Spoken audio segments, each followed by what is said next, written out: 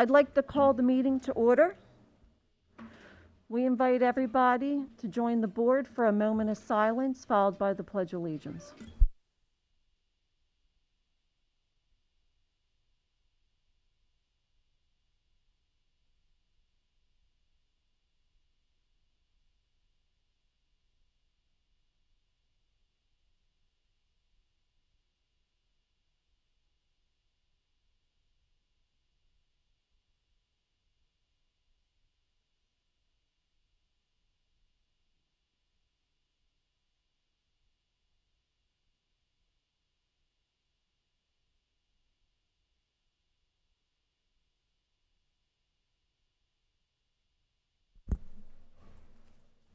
We just have a few announcements. Board meetings are broadcasted live over Comcast Channel 28 and Verizon Fios Channel 32, and are live streamed on our district website, as well as recorded for future broadcasting.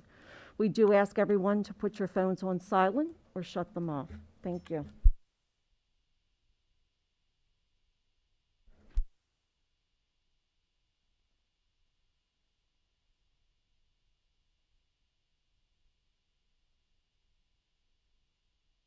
Okay. At this time, we're going to be entertained by some FAUST students.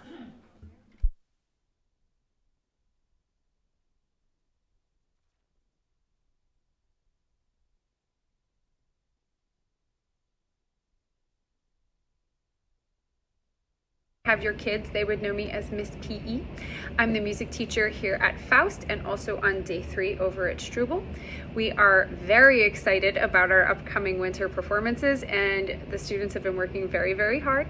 You're going to see 2 performances today, well, 2 rehearsals. The first one is going to be one of the first grade classes working on a song called Elfie Selfie. That's from our Essential Elements music subscription that we get through the district. And the second performance you will see is FAUST Chorus. They are made up of 4th to 6th grade students, and they will be performing a Hanukkah song called Bright Lights that was written by yours truly. So I really hope you enjoy. Thank you for listening. Thank you for the opportunity to show what we've been working on, and I hope everyone has a really nice holiday. Thank you.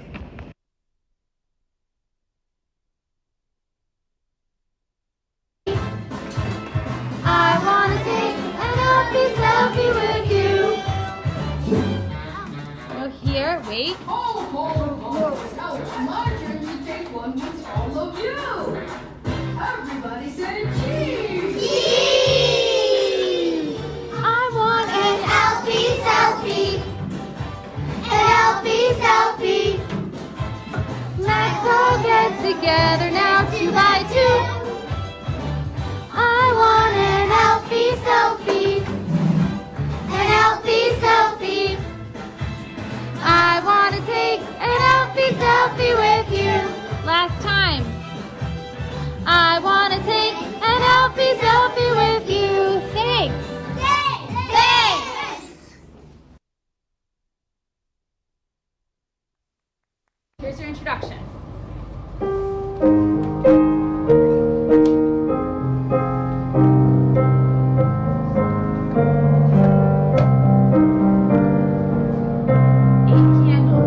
Eight candles and 8 flames. Shining light. Shining light will guide our way. A miracle from long ago. Let it roll.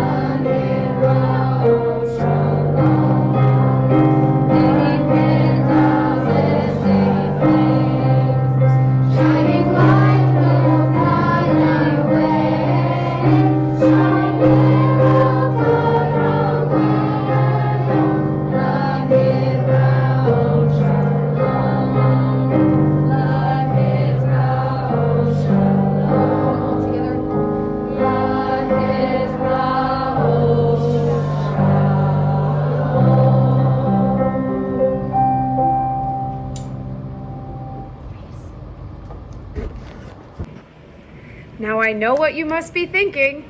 That was great! What fabulous music students! How can I see more? Well, you're in luck.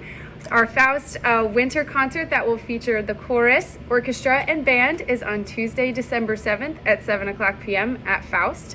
And the first grade winter show will be on December 17th during the school day. Hope to see you at the show. And again, thank you and happy holidays. Bye.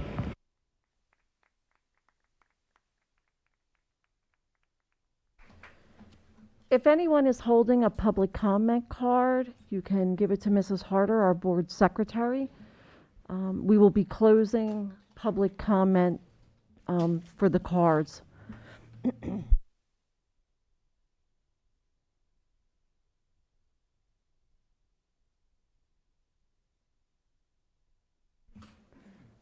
At this time, I'd like to turn the meeting over to Dr. Lee.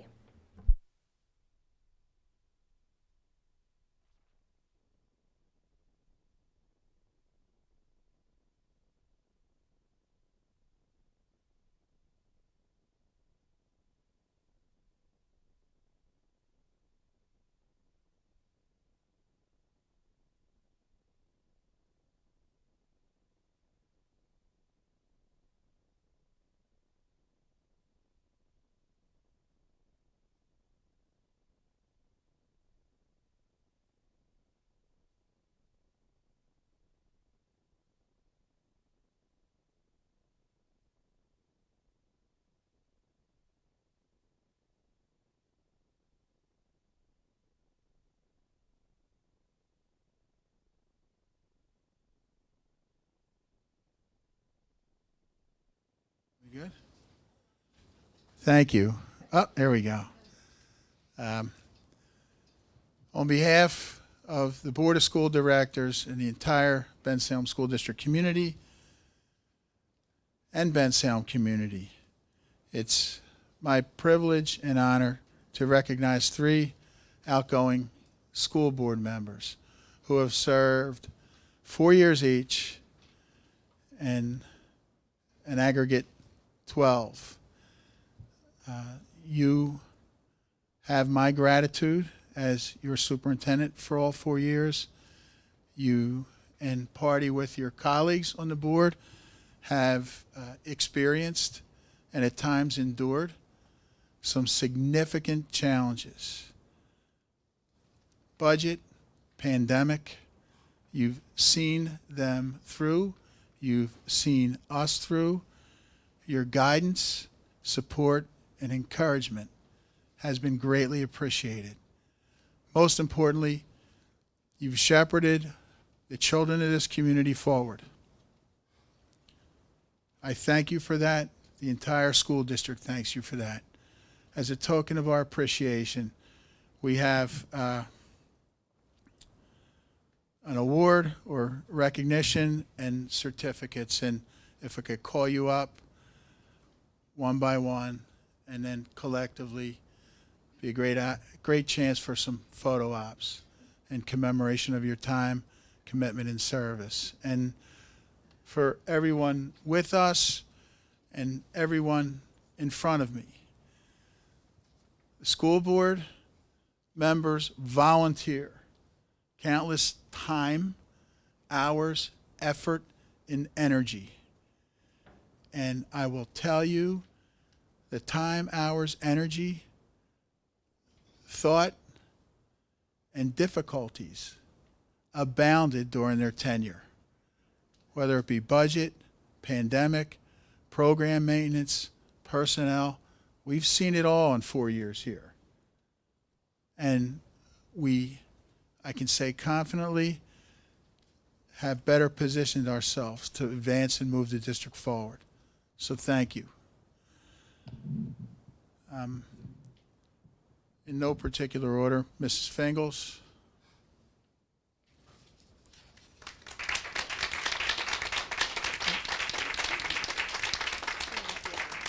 Thank you.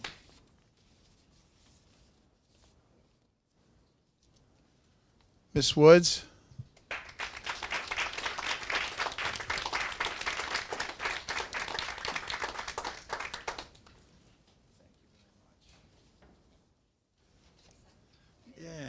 teacher's room, and Ms. Ferrandez.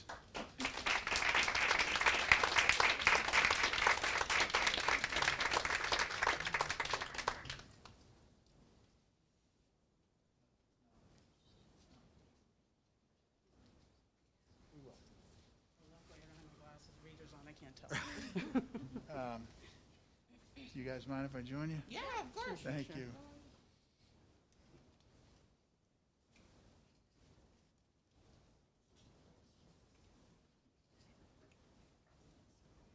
Say, we're all smiling to our mask. Listen, right? Yeah.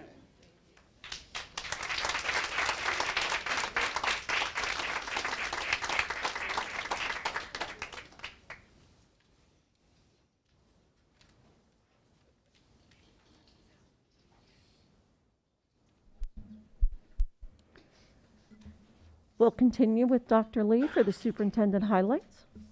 Well, we have another recognition, Madam President. Thanks. That's okay.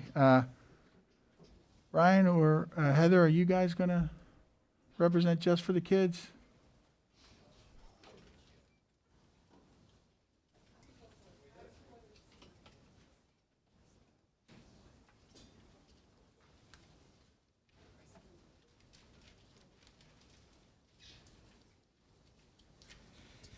So,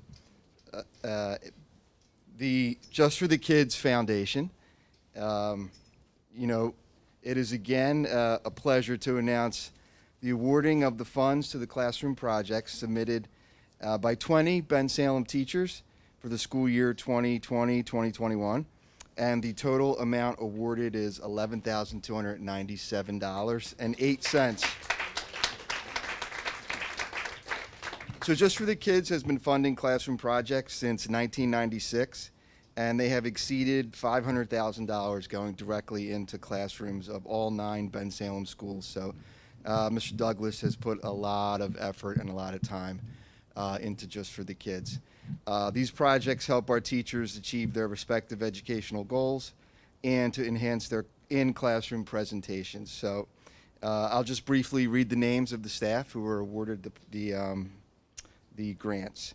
So it's Karen Sibley, Kelly McGonigal, Mary Savage, Colleen Tamaro, Morgan Golombek, Kelly McGonigal, J.C. Church, Emily Anastasi, Kinneret Suberi, Chris Sturman, Lisa Tokmajian, Joanna Bryant, Katie Homewood, Christy Monahan, Michelle Kluksaritis, Wendy Lobin, Elisa Cohen, and Michelle Briggs. And Mr. Douglas wanted me to make sure that we thank everybody for their ongoing support and the opportunity to make this presentation. And many of the members of Just for the Kids would have been here themselves if they could have tonight, but they had a lot of other particular issues going on. So I said I would kind of make this presentation for them. So thank you very much.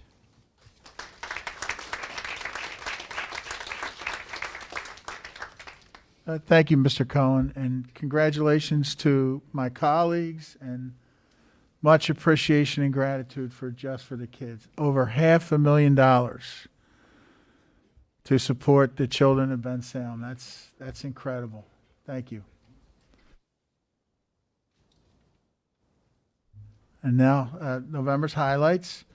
Tuesday, November 2nd, meet our teaching and learning team of curriculum coordinators and instructional coaches who facilitated the November 2nd Professional Development Day. They look like they had a good time.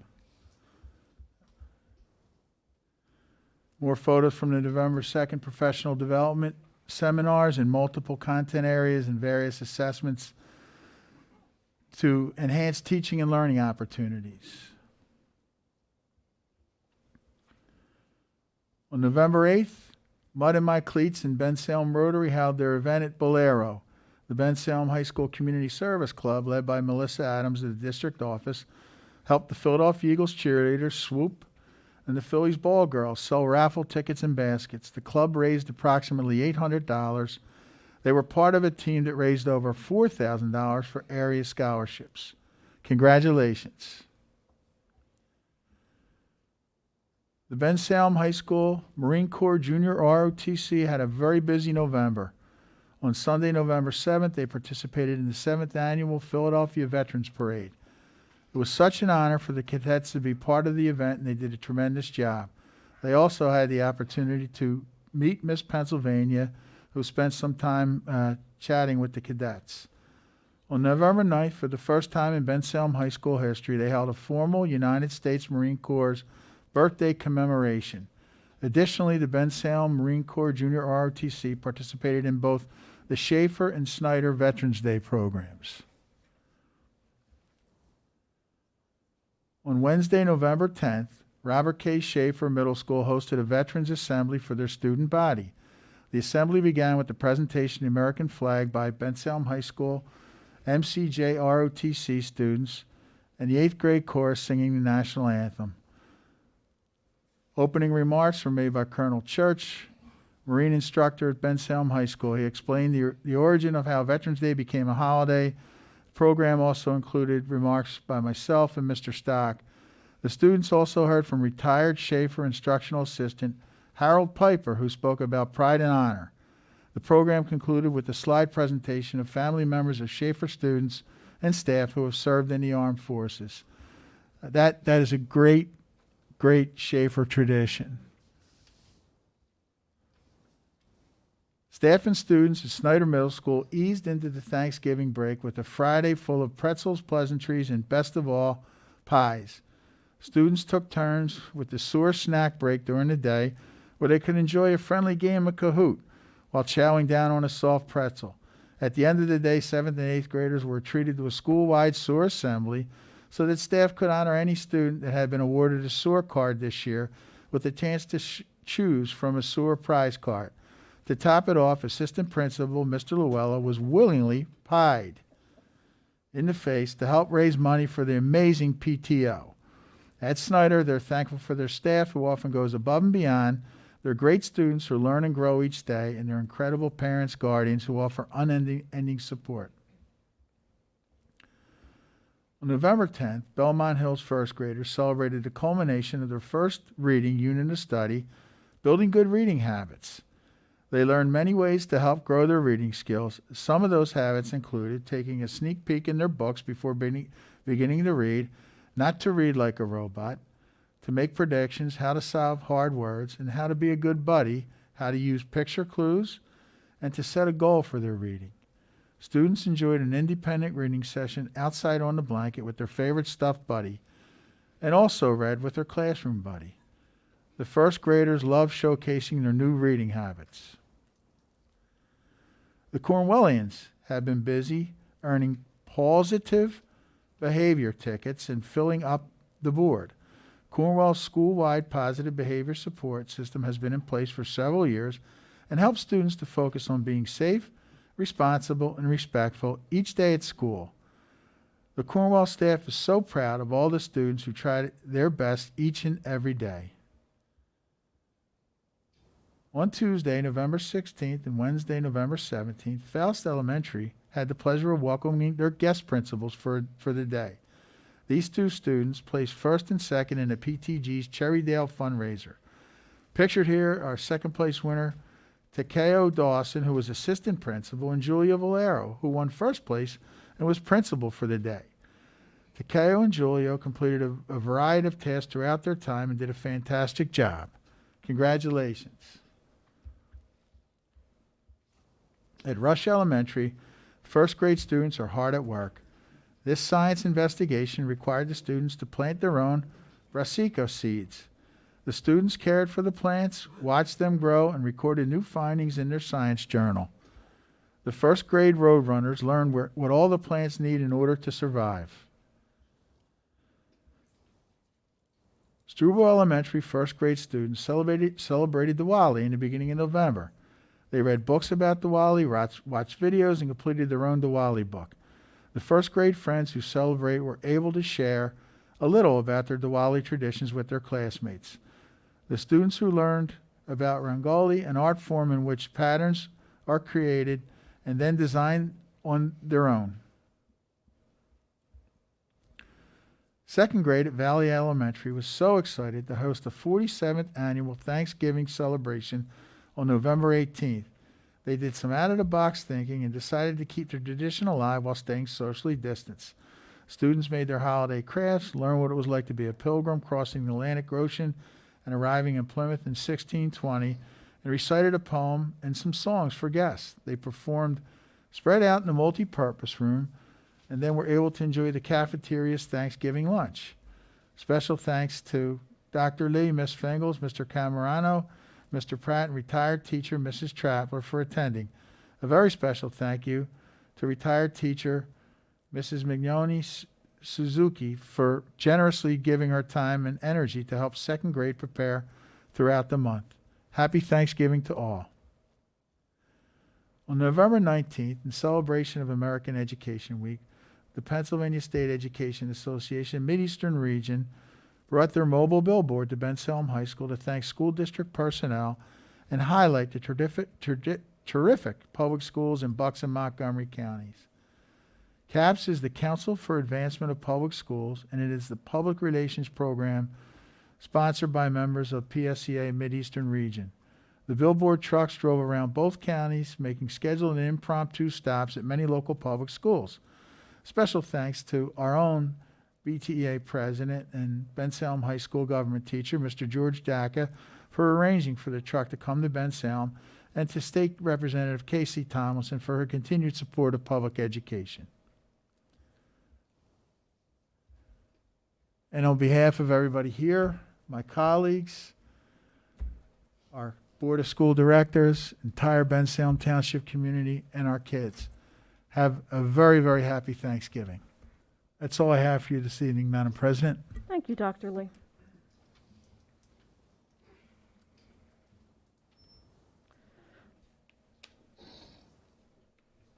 I'd like to entertain a motion to approve the agenda as presented. Second? Any questions on the motion? All in favor? Aye. Against, abstention.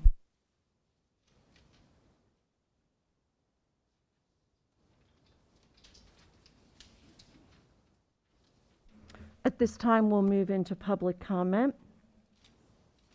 Any Bensalem community member who wishes to speak must sign up in person here at the call center prior to the start of the board meeting. When it is your turn to speak, you will approach the microphone, state your name and address for the record, and make your comment. You will have 3 minutes to speak. When the last registered person speaks, public comment will end at this meeting. Kathy McAdams? I'm sorry. Take your time.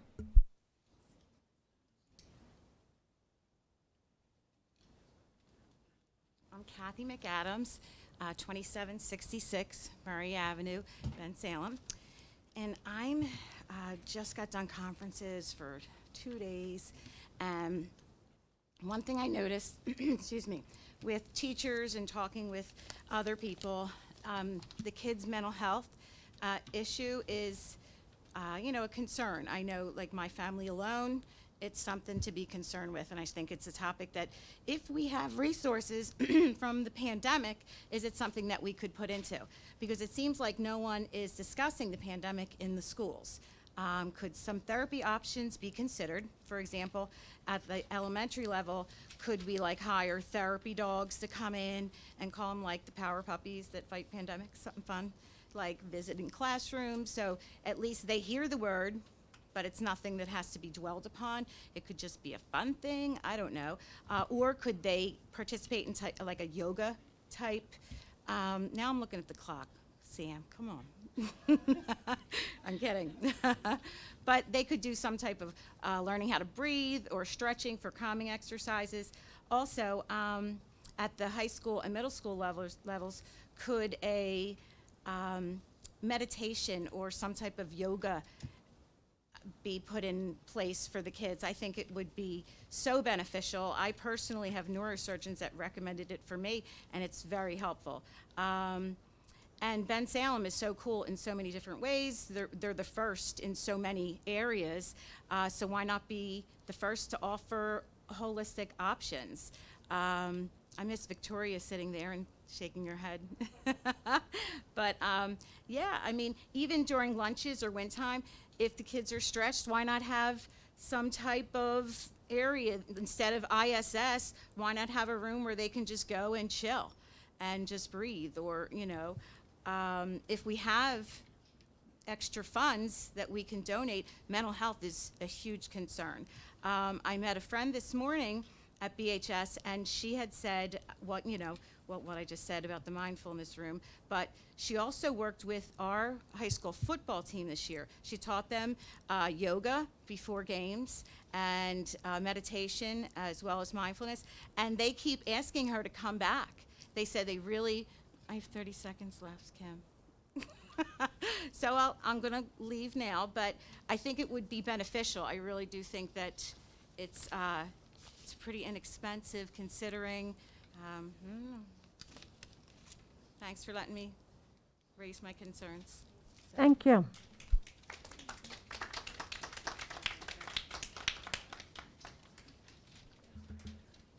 Maureen Quinton? I'm sorry, I can't. Quintieri, I know I scribbled. Sorry about that. No problem.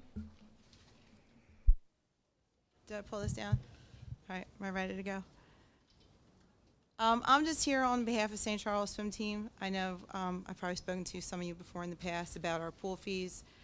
We normally have been at Schaefer in the past. I know Schaefer's not an option for us this season, and we put in a request for a reduction of the fee that you're charging for the high school. We're asking if we can get the $75 fee that we've had in previous years to apply to this year, and I guess going forward, if we can continue with that.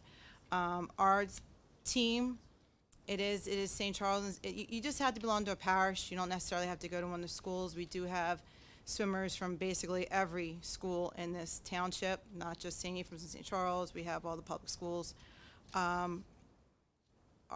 Our swimmers come from your swim lessons. They see us practicing right after them. They come to our team. Our team feeds into your high school swim team. They feed into the Holy Ghost and Nazareth swim team. It's just a CYO sport. Our fees right now are about $150 a swimmer. It's just to pay the high school fee that you're charging is an extra few $1,000s a year for us, and that's just something we don't get money from the school. It's just registration and fundraising. So we really just don't have unless we make it more registration, which just makes it kind of an unaffordable sport for these kids to be doing. And some of our kids have been doing this. A lot of our swimmers have been there since first grade. So we're just kind of asking if we could just keep that fee, if that's at all possible. And that's all I have to say. Thank you.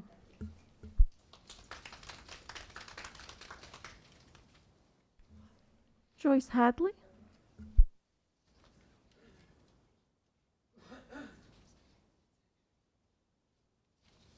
Good evening, Dr. Lee and the board.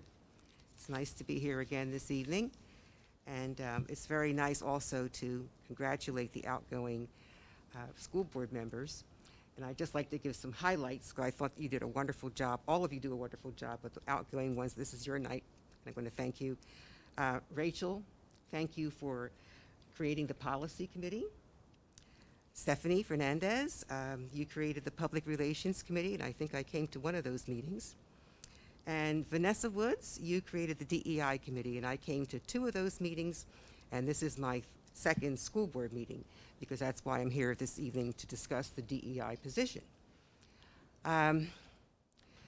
This has been talked about since June, and I'd like to know what the progress is at this point, because the school district has invested a lot of time and money. As a matter of fact, the school district paid $111,000 for an equity review for the purpose of hiring a DEI administrator. So you went through a lot financially, you went through a lot of meetings, and it seems as if there's no resolve in this. It's stalled, it's stalled, it's stalled. And I can't quite understand, because I know that in one of the meetings, Dr. Lee had mentioned that there's not a HR person to date. However, have you hired anyone in between, even though that you don't have a permanent HR person? That's what I'd like to know about that. Also, I think people don't really understand what an equity administrator, what the purpose of that position is. And just to give a little highlight here. That person is to coordinate and guide all efforts to define, understand, access, foster, and create equity among the district's students, faculty, and staff. They are to further develop programs, services, and initiatives designed to ensure the recruitment and successful retention of faculty and staff. Then there are a lot of other qualifications. So the public really needs to read all about this because there's so much bandied about, and people don't have an understanding of exactly what this position means. And I think it's very important that people do their homework on this. So I encourage Dr. Lee and the board to please address this situation this evening, get this position filled. Is the benefit for the community, and thank you so much this evening. Thank you. Scott and Dichter?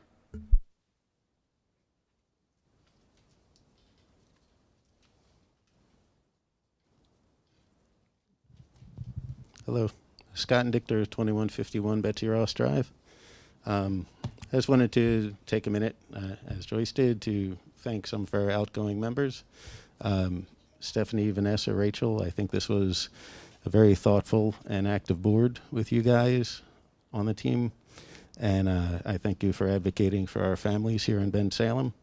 And I do also hope somebody continues on with the, I guess, the extreme communication that Ms. Fernandez brought to the board, making sure that everybody in the district knew what was going on at all times. That was a very important thing. Excuse me, Ms. Benitez, I know you have another month left, but congratulations and good luck with the township. Second thing that I would like to do is just make sure that this group does continue to have its resolve with the DEI committee. There was a lot of politics, a lot of campaign rhetoric. I want to make sure, I know that everybody in this room knows, or sorry, everybody at this table at least, knows what this program is about. You know the people who are involved, and you know that this has absolutely nothing to do with making our little white kids ashamed of themselves or their families or their history or their country. You absolutely know that this is about finding new ways to help kids who need help so they can flourish in this district and flourish in this world. So I would like very much just to make sure that we leave the campaign rhetoric behind and we make sure that we do the right things for our kids here in Bensalem and continue the good work that you've been doing. Thank you very much. And for what it's worth, I believe that all of the new school board members are in this room right now, so we might as well have them stand up and we could all give them a little bit of applause. Yes? No? Okay. That's you. Okay. And of course, Ms. Rivera, who's been here for a long time. So thank you, everybody. And there we go. Thank you.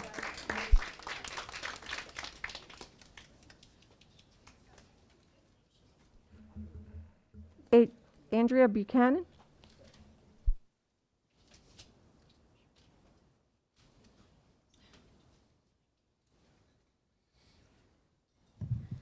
Hello. So just want to follow up, and I guess I'll be third in line here to thank you guys. I know this was not an easy position, and this last 2 years has been very difficult, so just a little thank you. Take this opportunity to thank the board members who will be leaving us, and want to say that I appreciate that this board listens to its residents, even if we don't always agree in our opinions. Unlike what is happening in the Pennsbury district, where residents are being silenced and lawsuits are being filed for violating First Amendment rights, we here in Bensalem still have a voice. I would like to know how the school board is continuing to pay the solicitor who is named in the lawsuit. All of you have sworn an oath to protect and defend our constitutional rights, and yet you allow this to continue. Perhaps you should resign, or we should find a way to end the contract. Again, I thank you for your service to Bensalem and look forward to our continued efforts. Thank you. Jamila Parker? Good evening, everyone, and I want to echo thank you to Rachel, to Vanessa, and Stephanie. And I had the pleasure of actually working with each of you on some form of a committee over the past couple of years. Thank you for your service. I really appreciate it. I'm coming on behalf, again, of the I am a member of the DEI committee. And for anyone that's here who has questions, I can help answer those questions. If you want to ask me those questions directly, I would love to have an engaging, productive conversation. Just asking again what's going on with the DEI officer position. And what I would hate to assume, because we know what assumptions do, but I can't help but wonder if we've become and made equity a partisan issue when it should not be. Equity is for all, for every student that is attending every last 9 schools that are in this district. That equity officer represents all, not some. And so again, I would compel the board to move forward in the process, stop stalling. This position was posted in June. It was approved, it was posted. There were applicants, and from what I understand, it was an interview process. What is going on? What is going on? We need transparency. That's a big part of why we need this DEI officer, because there's accountability and transparency that will come from that position. So I compel you to do the right thing by every last family member and student in this district. Thank you.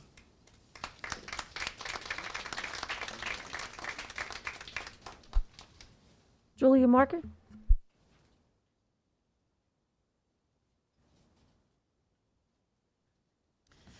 Good evening. My name is Julie Markert, 896 Jason Drive, Bensalem. I'm here to, first of all, to thank all of you for your service, and those of you who are leaving in particular, but to speak on behalf of the swim teams here in Bensalem, particularly the CYO teams. These children started out taking lessons at Bensalem pools. They learned, just like my kids did, how to swim there in the pool, and then they took CYO competition and they learned how to swim there. My children have gone on to become lifeguards. You might have noticed that it's very difficult to get a lifeguard at Sesame Place, at your local high school that needs a pool lifeguard. Right now they're having a hard time finding guards, and also at the apartment complexes and other places. These young people become lifeguards after going through swim programs, and many of them go through CYO competition. That competition leads to swimming for Bensalem High School and getting college scholarships potentially.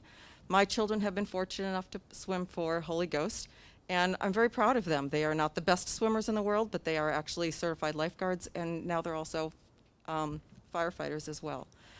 I'd like you to seriously consider reducing the fees. And I'm not asking you to make these fees free. I'm just asking you to consider that these schools have budgeted, I'm sorry, not the schools, the CYO groups, and also Holy Ghost and NAS have budgeted for the fees that are charged for Schaefer. There is no Schaefer pool for them to swim at. We have a reduced amount of real estate, and more kids are trying to use those pools. I will tell you that my children recently were bused up to Abington to swim in a pool that was too shallow to dive in or to do flip turns in so that they could compete, and they had some sort of pool to compete in.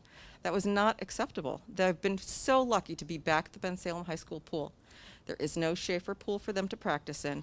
They are grateful. They're happy to be swimming in Bensalem pools, but it would really help these CYO organizations if you could consider reducing those fees so that we can encourage more kids in Bensalem that are participating in extracurricular events to continue to swim and be, again, competitive and good community members. And those are all things that we want our kids to grow up and learn to be and to contribute to society. So I'll ask you to please consider reducing those fees. Thank you. Thank you. Leanne Hart?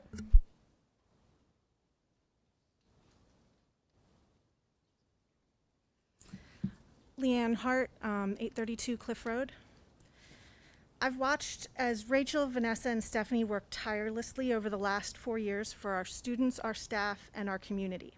They've put in countless hours, oftentimes missing things for their own families to attend meetings and events. They have spent their time on the board actively working to move this district forward, making phone calls, speaking to the public, or reading up on matters in advance of the meetings. Spending more energy than they probably should need to, fighting against a board majority who were satisfied with the status quo. If you're watching tonight's meeting online, you can thank Stephanie, Rachel, and Vanessa. If you attended an open house at one of our schools, you can thank Stephanie, Rachel, and Vanessa. If your child attends our in-district cyber school, you can thank Stephanie, Rachel, and Vanessa. Those are just a few of the contributions they've made that are most easily recognized. But their biggest impacts were not always flashy or appreciable.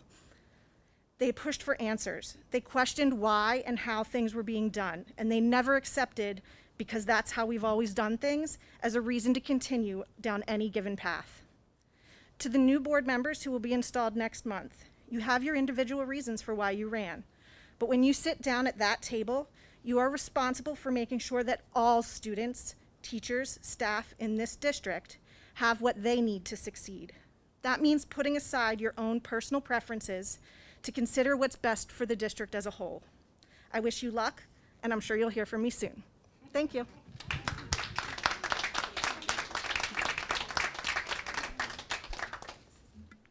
Christina Flynn.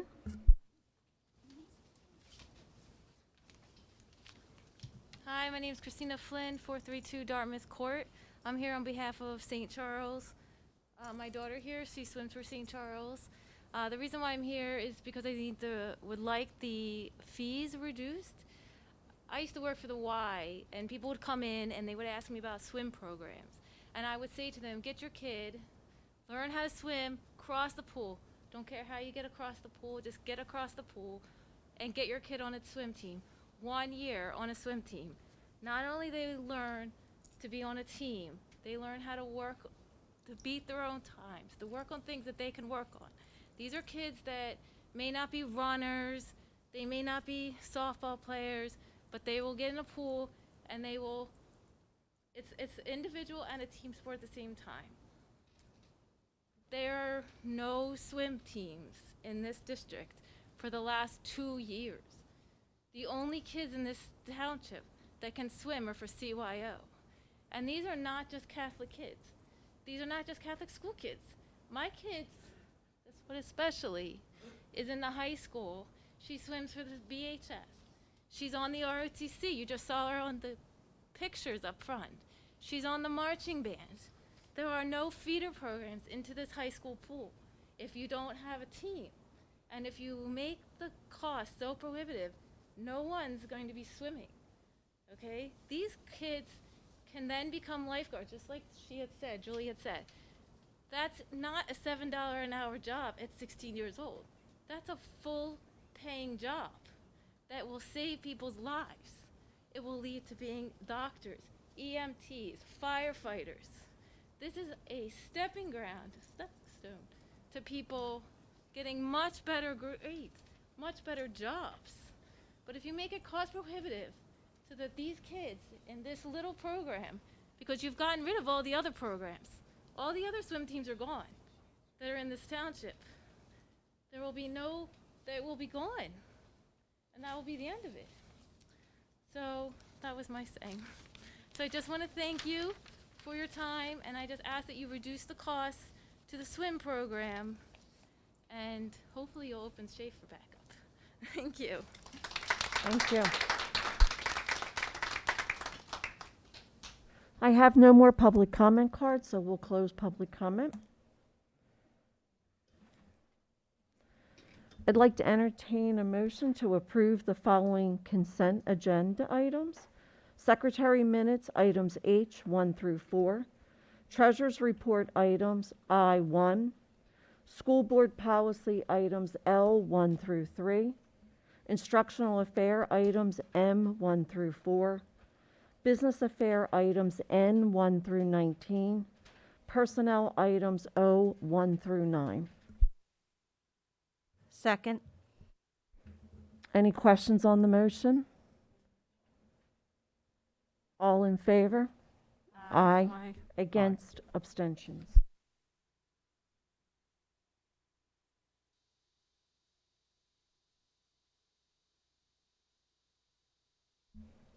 We'll move into the solicitor's report. There's no report tonight, Madam President. Thank you. We'll move into our standing committee reports. We have no student board members here tonight, so we'll start with our standing committee reports. Instructional Affairs Committee, Ms. Nicholas. The report's attached. Business Affairs Committee. Please refer to the attached agenda. Personnel Committee, Ms. Benitez. We did not meet. There's no report. Thank you.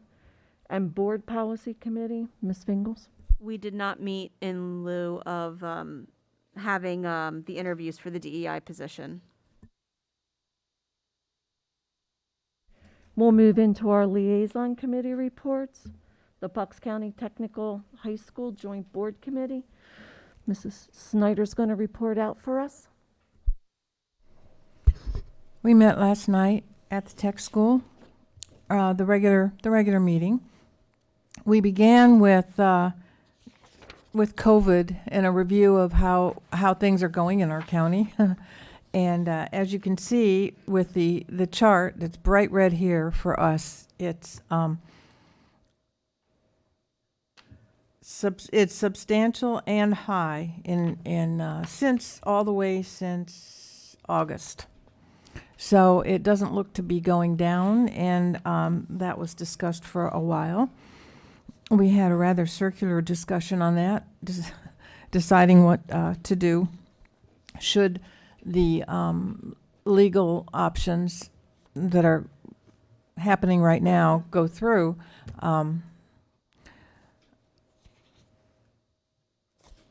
We were trying to vote on what we would do if, and it was very, very difficult. So that took quite a while. We had a lot of new business, a lot of retirements from folks who have a wealth of knowledge at the tech school, and they'll be missed. And then the usual was the rest of that meeting. It was a good meeting, efficient, and I believe we began the process of articles of agreement starting with Pennsbury, I think, is who started it. They go to all, the agreements go to all the boards and go through. And that's it. Thank you. The Bucks County Technical High School Authority, there's no formal report. The Bucks County IU Joint Board Committee.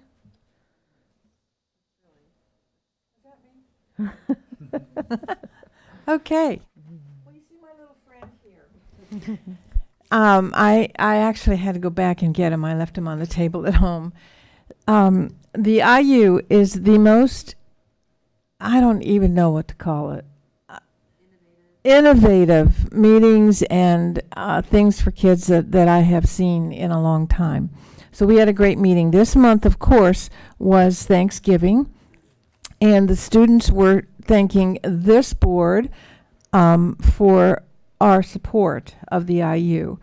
And they made it very personal. It was really adorable. They made a video.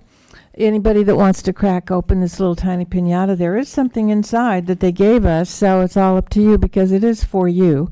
They had a presentation, showed us how they cope with things, the autistic program kids, how they solve their problems. They showed examples on their own. And then, of course, wished us happy Thanksgiving. There was a little guy named Sean in the video, and he wanted to thank us. He did not speak real clearly, so it was a little bit hard to hear, but he made for our board a turkey because it was Ben, and it was Ben Salem. And so it was cute. And then there were, of course, lots and lots of thank you notes for them. So happy Thanksgiving to you from those adorable, adorable kids. Just one more thing I want to add. There's a new Fab Lab Center. They used to have, they have had for quite a while, a mobile fabrication laboratory that went to the different school districts. But the Bucks IU is excited to announce the opening of their new center located in Warminster. It will expand upon STEAM, science, technology, engineering, art, and math education programs. So they will have several education programs offered throughout the year. They'll have summer camp programs, they have after-school programs, they have some individual things, and they have classroom programs as well. So anybody in Bensalem, of course, any classroom can look into that. It's really, really exciting. The registration is open now. And I guess that's it, Madam President. Thank you. The Bucks County IU Legislative Committee. We did not meet, so there's no report. Thank you. The Bensalem High School Hall of Fame Committee. The Hall of Fame is January 22nd, 2022. It's going to be held at the Country Club. The tickets are $45. They're going to recognize the class at the basketball game at the high school, and then the dinner will be at the Country Club. Chartered School Committee? No report. Thank you. The Co-Curricular Advisory Council, they're having a bag bingo on December 3rd. The tickets are $35. It's being held at St. Martha's, and it's at 6:30. The doors open. And the only other thing I have is they did book the golf outing for June 11th being held at the Country Club. Community Outreach and Public Relations Committee. Well, most unfortunately, I only I only have to report that there was no open house. We had planned, and when I last reported, the high school open house should have occurred on November 17th. We had pushed very hard for that as a committee because it was very successful. You know, the years we were able to have it really showcased all there is to offer at our high school. And so we were told that it would happen on November 17th, but quite frankly, after the election, it didn't happen. It was never put on the district calendar. No signs were ever put up. And no one ever reached out to the PR committee who had already was ready to move, ready to go to coordinate with us. It would have all been quite simple to put together, but it didn't happen. So in light of that, we weren't going to have a meeting in November anyway because of that, but we had already scheduled for it to, our next meeting is actually December 1st. But I do want to thank the members of that committee. It was a fabulous group. And I always said best committee in the district. They did some amazing work. And I think some of them might be here tonight. I don't know. So I don't know if we'll meet. It is still on the calendar for December 1st. Unfortunately, we don't have anything else to plan. It didn't happen. And it's very sad that it didn't happen. But come out because it's a fun committee. I might attend. That was my last meeting, technically. Diversity and Inclusion Committee. Ms. Woods. So this was our last meeting of the year, actually. And before I go into the report, I would really like to thank this entire board for unanimously deciding to take a step in the right direction. This is new to a lot of folks across the country, but you all decided to put kids first. And I think that Bensalem will be better for it. And so I wanted to personally thank each and every one of you for your dedication to equity in this district. I want to especially thank Michelle for your commitment to the community portion of the DEI committee. I know you've been a fierce advocate for including our community members, and you brought value to that space, and so I thank you for that. Eric, I thank you for your contributions to making sure that our students aren't forgotten about. You're always saying, what about the kids? Are we including them in this conversation?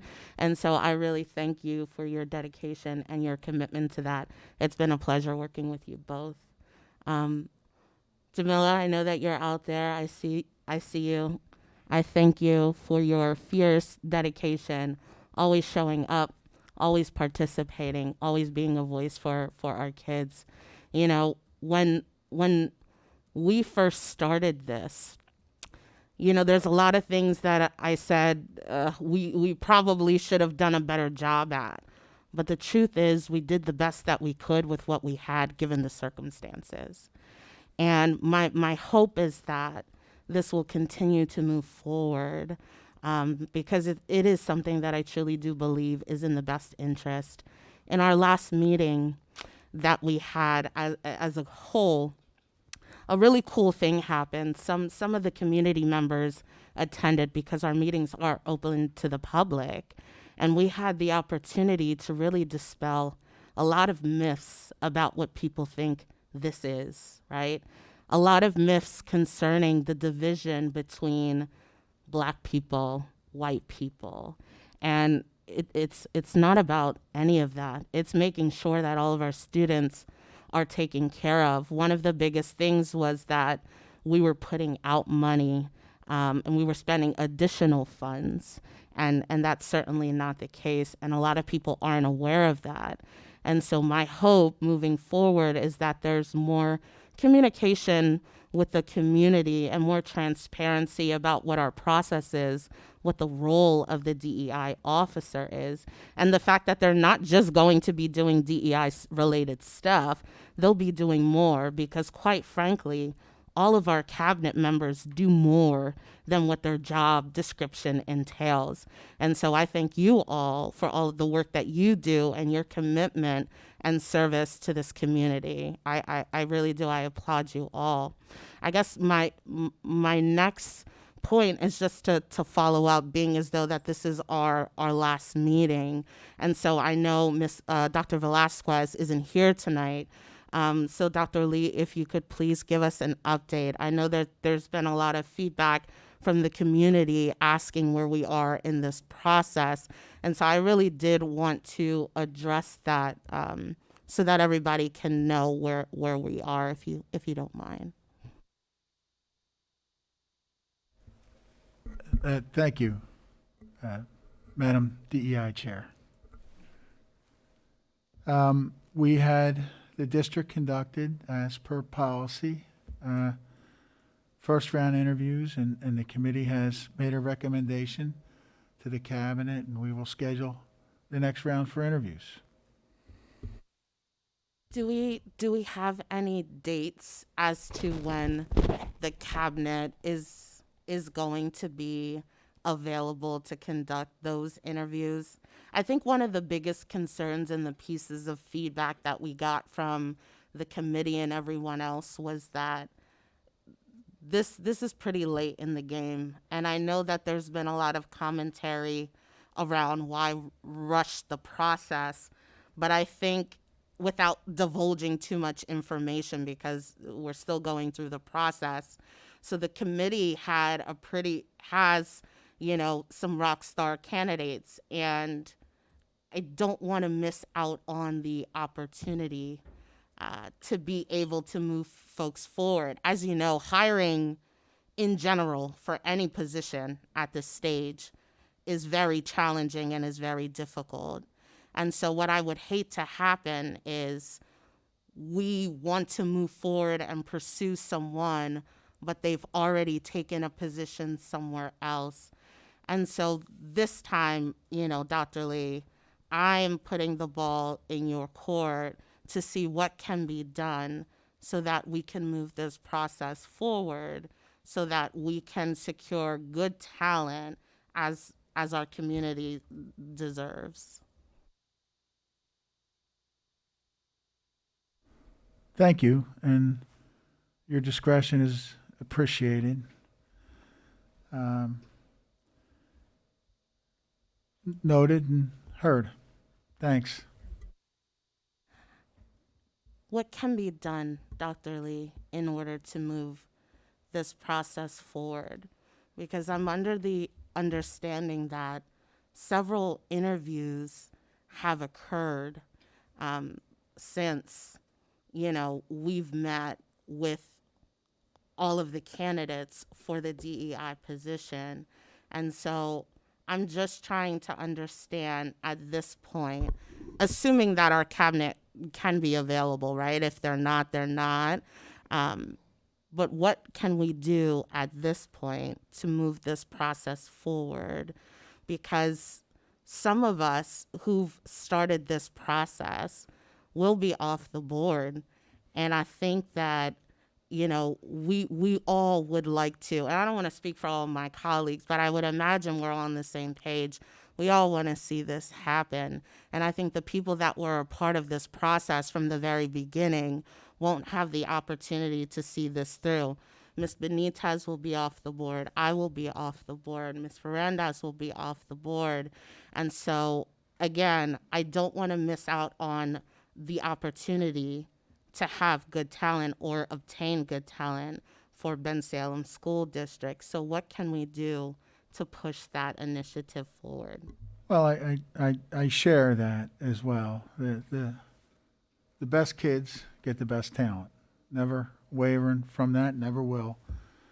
As I mentioned the last time we were together as a community, this is an executive level search. We are taking great care and exercising great discretion because the people that the committee had met are gainfully employed. We continue to be deliberate and thoughtful, and I will collect our cabinet and advance this process at all due speed. Well, I guess that's part of the challenge is that the last round of interviews occurred on the 16th, and we're still outreaching to some of these candidates. And I'm wondering, where is the sense of urgency? Why aren't we making sure that we obtain these people? Why are we continuously delaying the hiring of this person? You've heard from the community, you've heard from this board that this is something that we want. The committee has already made their recommendations. And so it's not like we have additional interviews to have. It's simply at this point, Dr. Lee, a matter of confirming with your cabinet members who are all here tonight, with the exception of one or two, They're one not. of which, wait, one of They're- which was already a part of the committee and also shared our same sentiments about who to move forward. And the other one isn't here. But I think my challenge in understanding why this is taking so long is there's this sentiment that we have to keep by the policy and the process. But if you look at policy 303, it doesn't say anything about meeting with the cabinet. And so I'm wondering what is the issue? Could I put some dates to it? I like to, Dr. The Velasquez, issue- if I could. The Dr. Velasquez. I think I was posed a question here, and I'd like to respond if I could. Okay, then I'll put some dates to it then. Thank you. And again, the DEI Director Committee has been constituted, applications have been screened, interviews have been held, recommendations have been made. We have been and will continue to be deliberate and thoughtful in the effort to engage the best possible option for the Bensalem Township School District. The back end of this is personnel related. I will not share it out in a public forum. This is very important. It's too important for it to fail. We must succeed here. This is an executive level search. If the prospective DEI directors are watching this and they see a board that wants to push this through with 3 and 4 members leaving, there's a pretty good possibility that they won't come here. Why is that, Dr. Lee? Why would that be? In the event that something transpires that would compromise the position moving forward, we've seen that time and time again in public education. May I put little dates to it? The thing that I find curious, Dr. Velasquez was kind enough to come to the DEI meeting on the 18th, and she gave a report to all of those that were there. We all know that the interviews were concluded, the first round interviews were concluded on the 16th. We, based on my understanding from the report, a candidate was recommended out of the first round on the 17th, and she reported on the 18th. And as we all know, and the new board members will soon learn, nothing happens in this room at the district office without a whole bunch of people knowing. Therefore, everybody knows, or many people know, that the entire cabinet did convene on the 19th to interview an HR finalist candidate. This, everybody, it's not so hard to find out that this entire cabinet also convened yesterday to interview 3 HR finalists.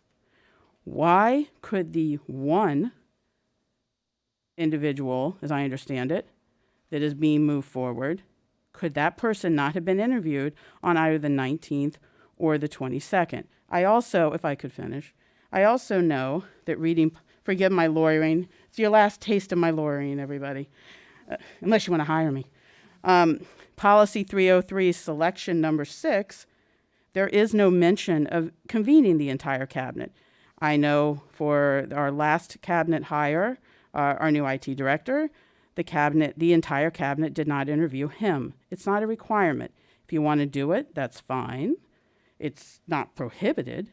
But the entire cabinet was in fact convened both the 19th and the 22nd. Now, we also know number 6 simply says, the interview committee shall recommend 1 to 3 qualified candidates, which they did. And as I understand, I wasn't a part of it, but as I understand, it was unanimous, to the superintendent and the board. The board and the superintendent shall jointly conduct a personal interview with the candidates. So you could have done the cabinet on the 19th or the 22nd and declined to do so. We're all sitting here. I think what concerns me, you previously stated in the October DEI meeting, which you attended, you stated, and Ms. Hadley was there, Ms. Parker was there, a number of people were there, that you wanted a new HR director to interview the DEI director. We had a number of community members speak both at that meeting and at the October board meeting, stating that that's the reverse, that it should be the DEI who helps interview HR. But more importantly, the night after you said that at the October DEI meeting, I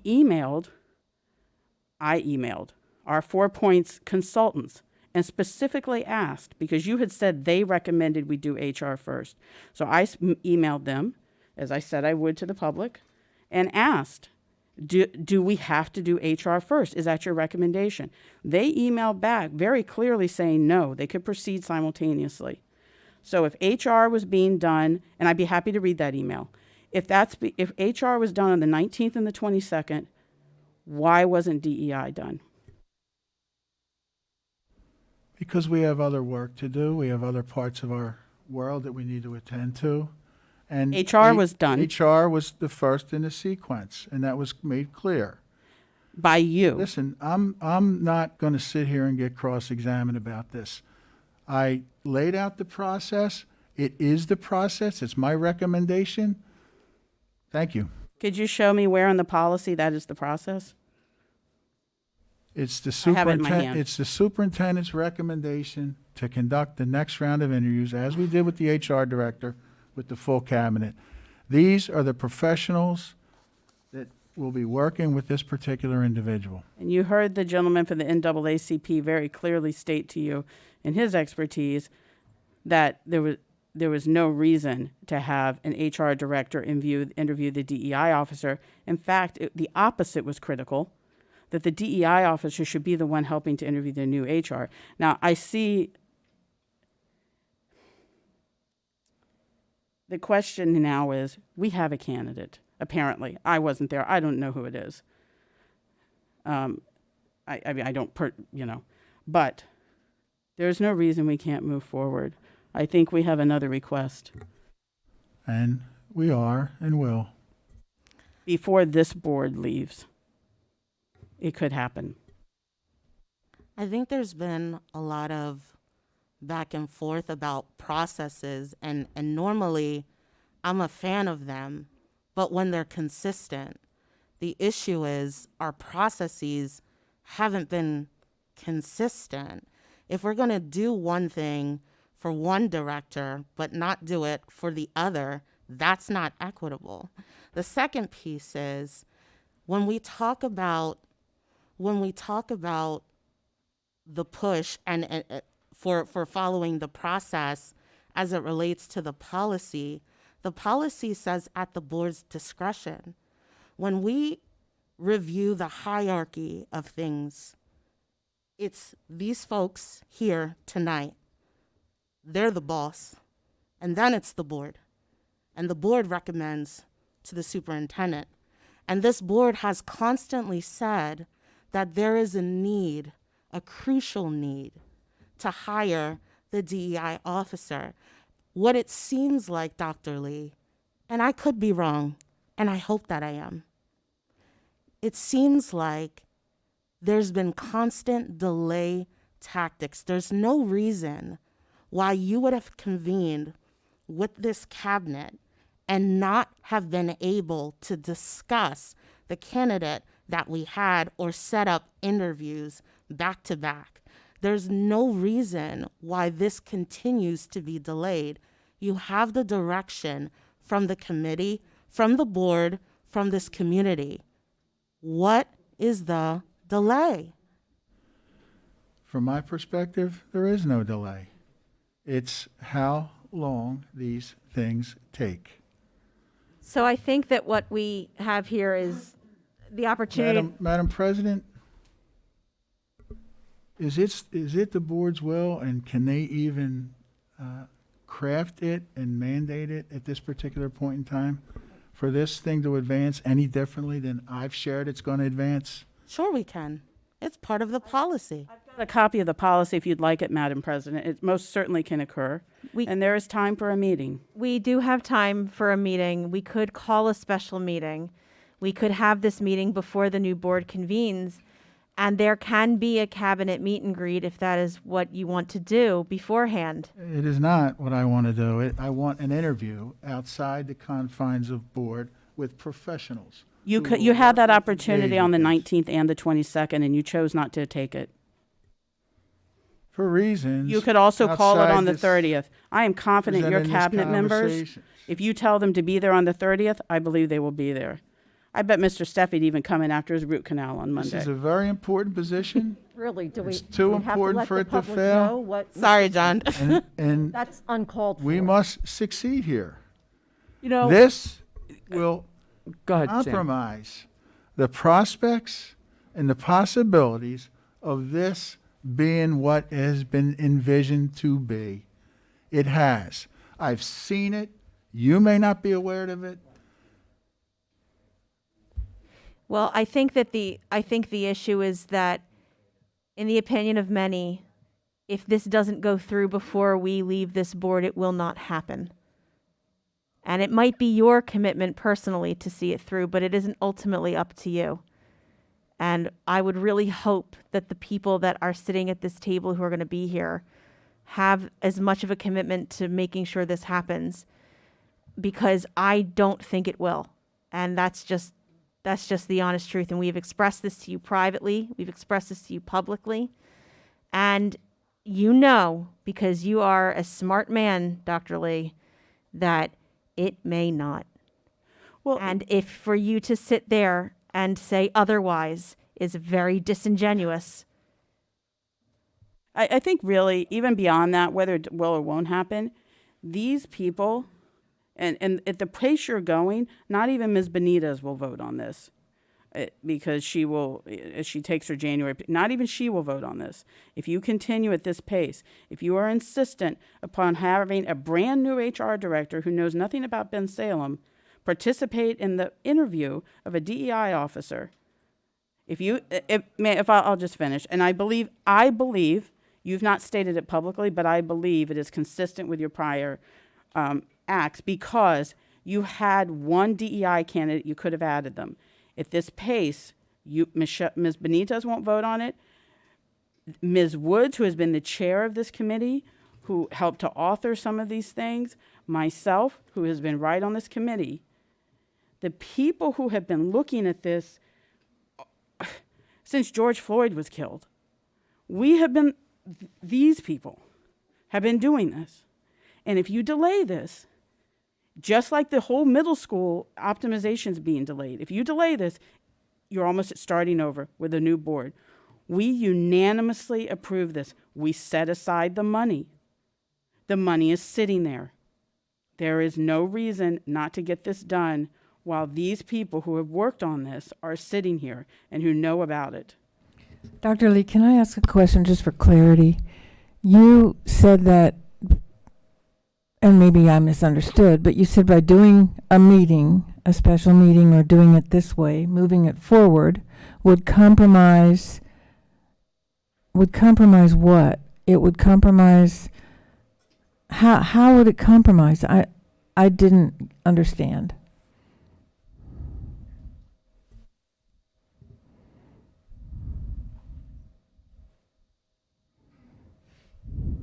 You mentioned the last time we were in a public forum, you've been part of executive search. Yes. If you are hastily approved by an outgoing board, or this is the process set before you, do you think you would come here to work as an executive if you were already situated comfortably and historically and successfully somewhere else? Because I wouldn't.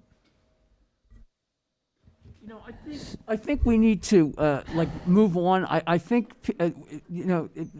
Dr. Lee's being disrespected here, and I value his 40+ years in education. You know, coming from having a father who put in 50 some odd years, and I know I value his opinion and his pace to secure where we're going with this. So I would like to move on, please. I think it's unfortunate when, you know something, the only reason this is a hastily approved thing, the only reason it would have to be, this could have been done prior to the election when no one knew what was going to happen.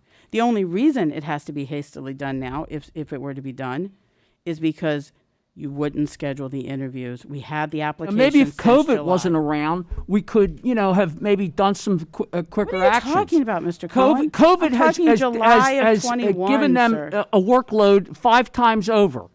You have to remember that. Mr. Cohen, I don't think it was your workload, and I'm talking July 20 of 21. Okay, so what I think is, we've had enough discussion on this. Let's move on to the next committee. I think, wait 1 second, Ms. Rivera. I think, listen, this isn't an attack, and I know that it feels like that, but Dr. Lee, truly, this is not an attack on you as a administrator, as a superintendent. This really is about doing what's best. Mark, you said, Dr. Lee is being disrespected. A call for transparency, a call for commitment is not disrespect. It's not disrespect. Process of the interviewing and Okay. It's that simple. I can't. Well, then I would like to make a request to call for a special meeting, and then we can move off of this topic. We've got it in writing. Ms. Fingles is in possession. Pursuant to policy 006, any 3 board directors I have copies. The signed one is going there. Any 3 board directors may call for a special meeting. And so we're invoking that. We're asking for this. We are, here, take a copy, Eric. Although a cabinet level interview is not necessary, depending on the gentleman's schedule, it could happen. We are all sitting board members until December 6th.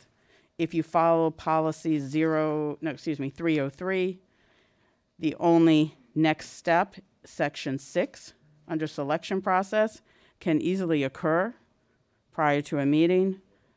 Special meetings require 24 notice publication. we are within that time frame as well. All right. So, Madam President, I'm just seeing this now.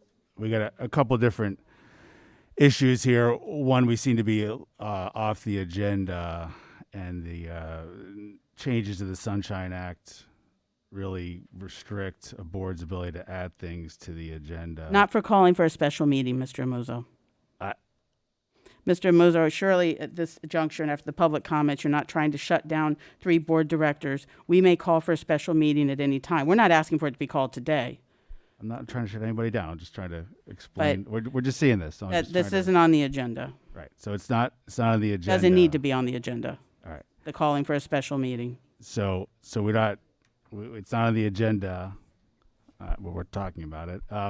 The other thing is, board policy 006 does say that there'll be shall call a special meeting upon the presentation of the written request of 3 school directors, which I guess we have here. Now, you can refuse to do that, and then such meeting shall be called at any time by a majority of the school directors. But, I mean, I don't know when we would do Ms. that. Rivera, I'm asking you not to do that. Okay, well, First of all, you're asking for a special meeting to be by December 6th, okay? I don't agree upon that. I haven't seen a resume. I haven't interviewed a person. I don't know what's coming before me. So. And you have no Well, to recommendation clarify- from your superintendent nor your cabinet. Correct. Clarify, it could be that the board interviews the candidate in question and decides maybe the board doesn't like this person, in which case there's no need for a special meeting. However, Kim, I am asking you, you always support what he says no matter what. Come on and do the right thing. I am doing the right thing in my heart Call of this hearts. special meeting. You know you're not. You were sitting there snickering. Come on, Kim. I am- Do the Stephanie, right Do thing. me a favor, okay? Do me a favor. Don't say I'm sitting here snickering.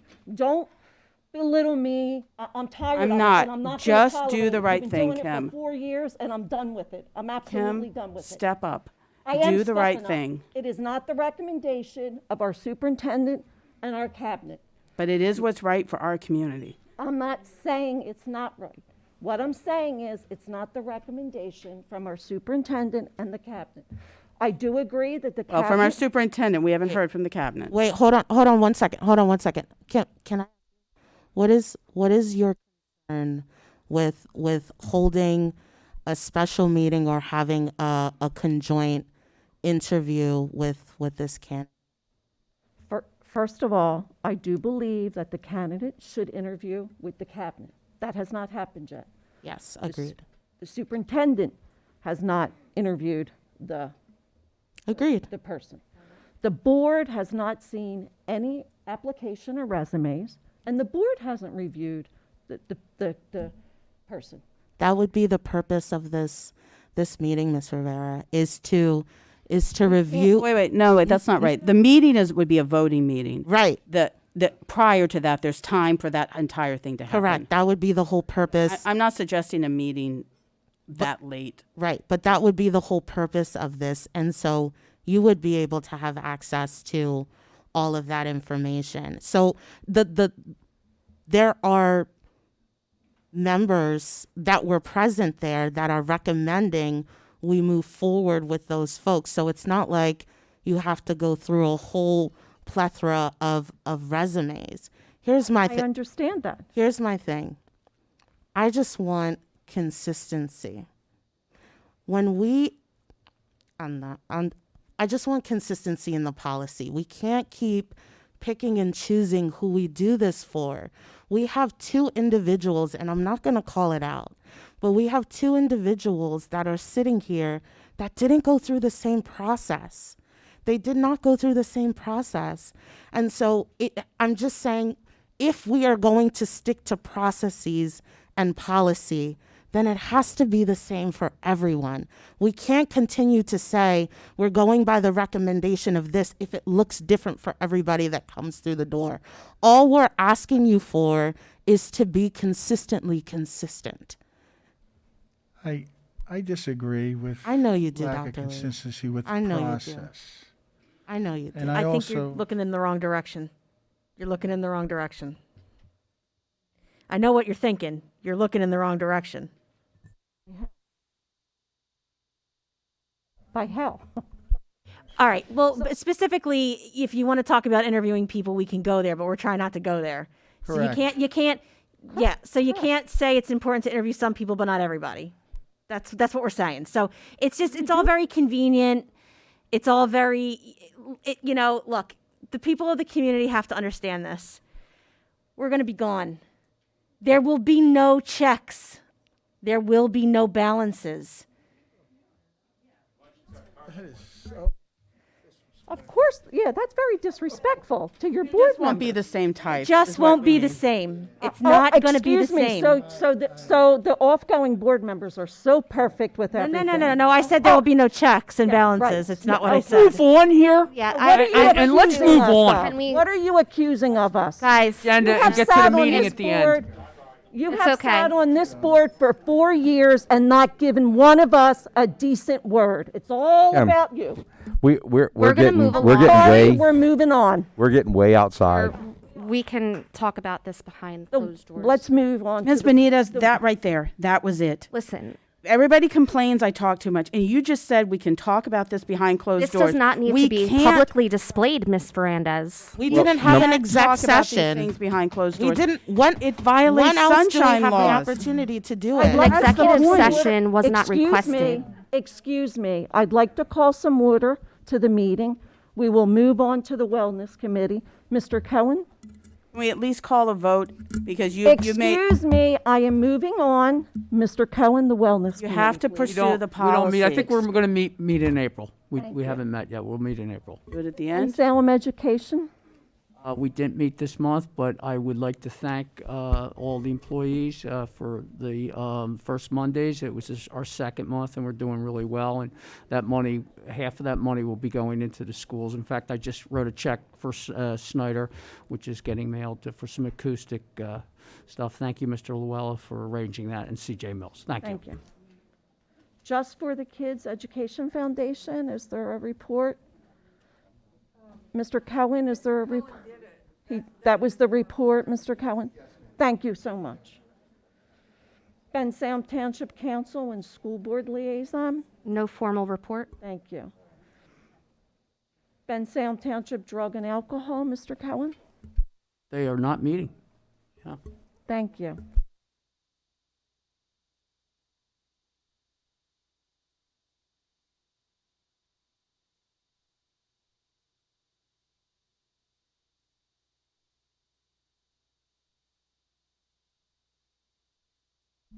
Our next item is under Business Affairs.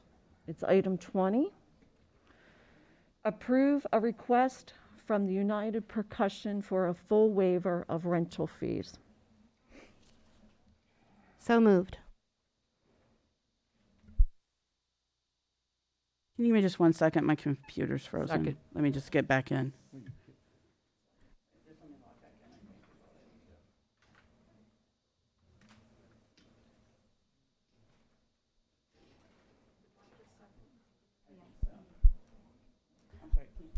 Okay. What number was that? The fee waiver is number. Yeah, so we have a motion and a second, so I just want to put this out there. They're asking for a waiver of, I believe it's over $120,000. I really thought that was a typo. 122. Honest to God, I thought that was a typo. Yeah, that's why I asked. I was like, wait, I want to make sure that, so I just want to be clear to everybody why this was pulled. Not pulled, but not including in the consent. Thank you. I got you. It's been a long 2 days. They are a 501(c)(3). Right, but not. what They're not a category? youth group.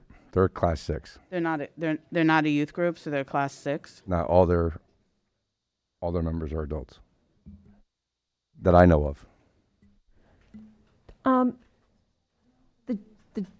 Did you want to speak, sir? Sure, you can come on up and speak about it, sir. My name is Chad Moore, and I'm one of the co-executive directors. I did have the opportunity to meet some of you a couple weeks ago. So I just wanted to share a little bit of our story and why we're asking for the request. We are a nonprofit, music-based ensemble. We develop young people in the performing arts. Our thing is drumline. We do that through percussion instruments for young performers. Competitively, we compete, and we are one of the best in the nation, also in the world. We've been around since 2003, and prior to our application to the Bensalem district, I was a teacher here, and I taught the drumline in 2005 and 2006. I worked under Dr. Fitzgerald. He's since retired, but we had a strong presence in the drumline community. I worked with Mr. Ferraro back then. I know a lot of you know him. And we're looking for a home. COVID disrupted us, as it did with many. We had a prior relationship with the school district who was just not allowing outside activity at the time. So we did clear our dates with the AD. We did clear our dates with the admin. There is the availability. We just simply can't afford all of the money. We're not asking for a complete freebie. Our totals, it would be a little under $20,000. And just so the board is aware, that's about $7-8 grand more than we had in our prior relationships. So we would still have to raise that money.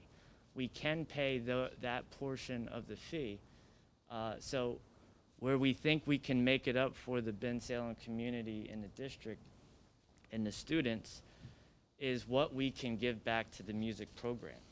I have a letter of support here from Mike Zimmerman, your director of bands, from Lisa Albert, the music curriculum coordinator, and from Doug Ferraro, the curriculum supervisor. We all agree this would be a great relationship for us because what United can bring is that inspiration to help rebuild the music community and a program that is needed right now in Bensalem and that Bensalem used to have. We can raise funds, and the amount of fees that we are asking you to waive, we can raise that for the music program. We can do that through clinics. I've already talked to Mr. Zimmerman, where if you approve this, we are ready to go, and we are going to get the community trained. We're going to get kids fired up about doing drumline, supporting the music program, making sure that there are fundraisers for them. We're going to do community performances, which will raise money for the program. And we also have a strategic plan for them to help them build their instrumentation. One of the things we can offer is because of the level of United, we have several relationships that allows us to get certain instruments, sometimes for free, sometimes at a super discount that we can pass on to the music program. So we do have their support. We know we're asking you to waive a lot, but we're not asking for free. We just can't afford to. We'd love to pay you, the full price of what you demand or what you think you could get for the facility. We just can't pay all of it. And we did speak with the music department that, if during the relationship there becomes an opportunity where the facility could make more on a weekend that we've asked for, a rehearsal we've asked for, we're certainly willing to work with you. And I also have the support from our last school district in case you needed references from the business administrator or the custodian. They're happy to talk to you. So I just wanted to lay that out for you to make. President, may I ask a question? Absolutely. When you did this in your prior school district, I'm assuming you've conducted the clinics and the demonstrations and all the competitions you spoke of, that people come in for a fee. How much did you raise? How much were you able to gain by doing that? For example, the last time we did this pre-COVID, we asked for donations of $20 per attendee. We had over 1,000, and that all went to the music program. I'm more than confident in this community because it's a larger one and I've been here before, no question that that can happen. We're just asking you for a chance to do that. Can I ask a question? Looking at all right, so you've given dates and specific facilities you're interested in using. Do you have the BHS gym is the most expensive facility we have to rent. Well, maybe the auditorium's the same. I don't remember. But does it have to be the BHS gym? Because, for example, on some of these, you've requested, for example, the Cornwell's gym, or the Struble gym is actually pretty large. For example, I don't know how much room you need, but so this Cornwell's gym is only $382 per use, whereas the high school gym, depending on when you're, it seems appropriate tonight. It's the pinata talking, Heather. Pinata calling. All right, so I think so. But some of these, if you look at it, like the BHS gym, for the majority of your uses, it's $3,400 per use as compared to $382. Why does it have to be the BHS gym? Because that might be a compromise here. Just request different facilities, and that will dramatically lower the fees, and it's not even really a question. So why these?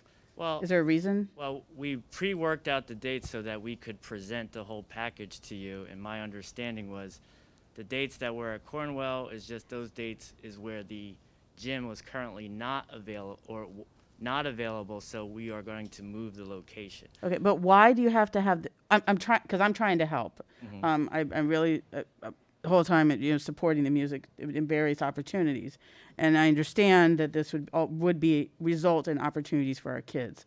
So if you just walk out of the BHS gym, because if you look at the policy, it's the most expensive. If you are able to make use of, every elementary school has a gym. Well, some of them are multi-purpose rooms, but I think they're comparable prices. So why not use the elementary school gym on these dates? And it could be a conflict.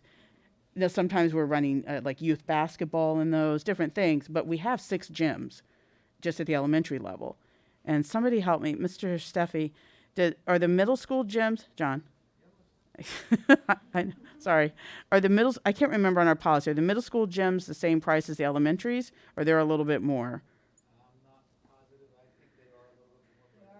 But they're not BHS level. Not costs. at all. Not at all. So maybe that's a way to approach this.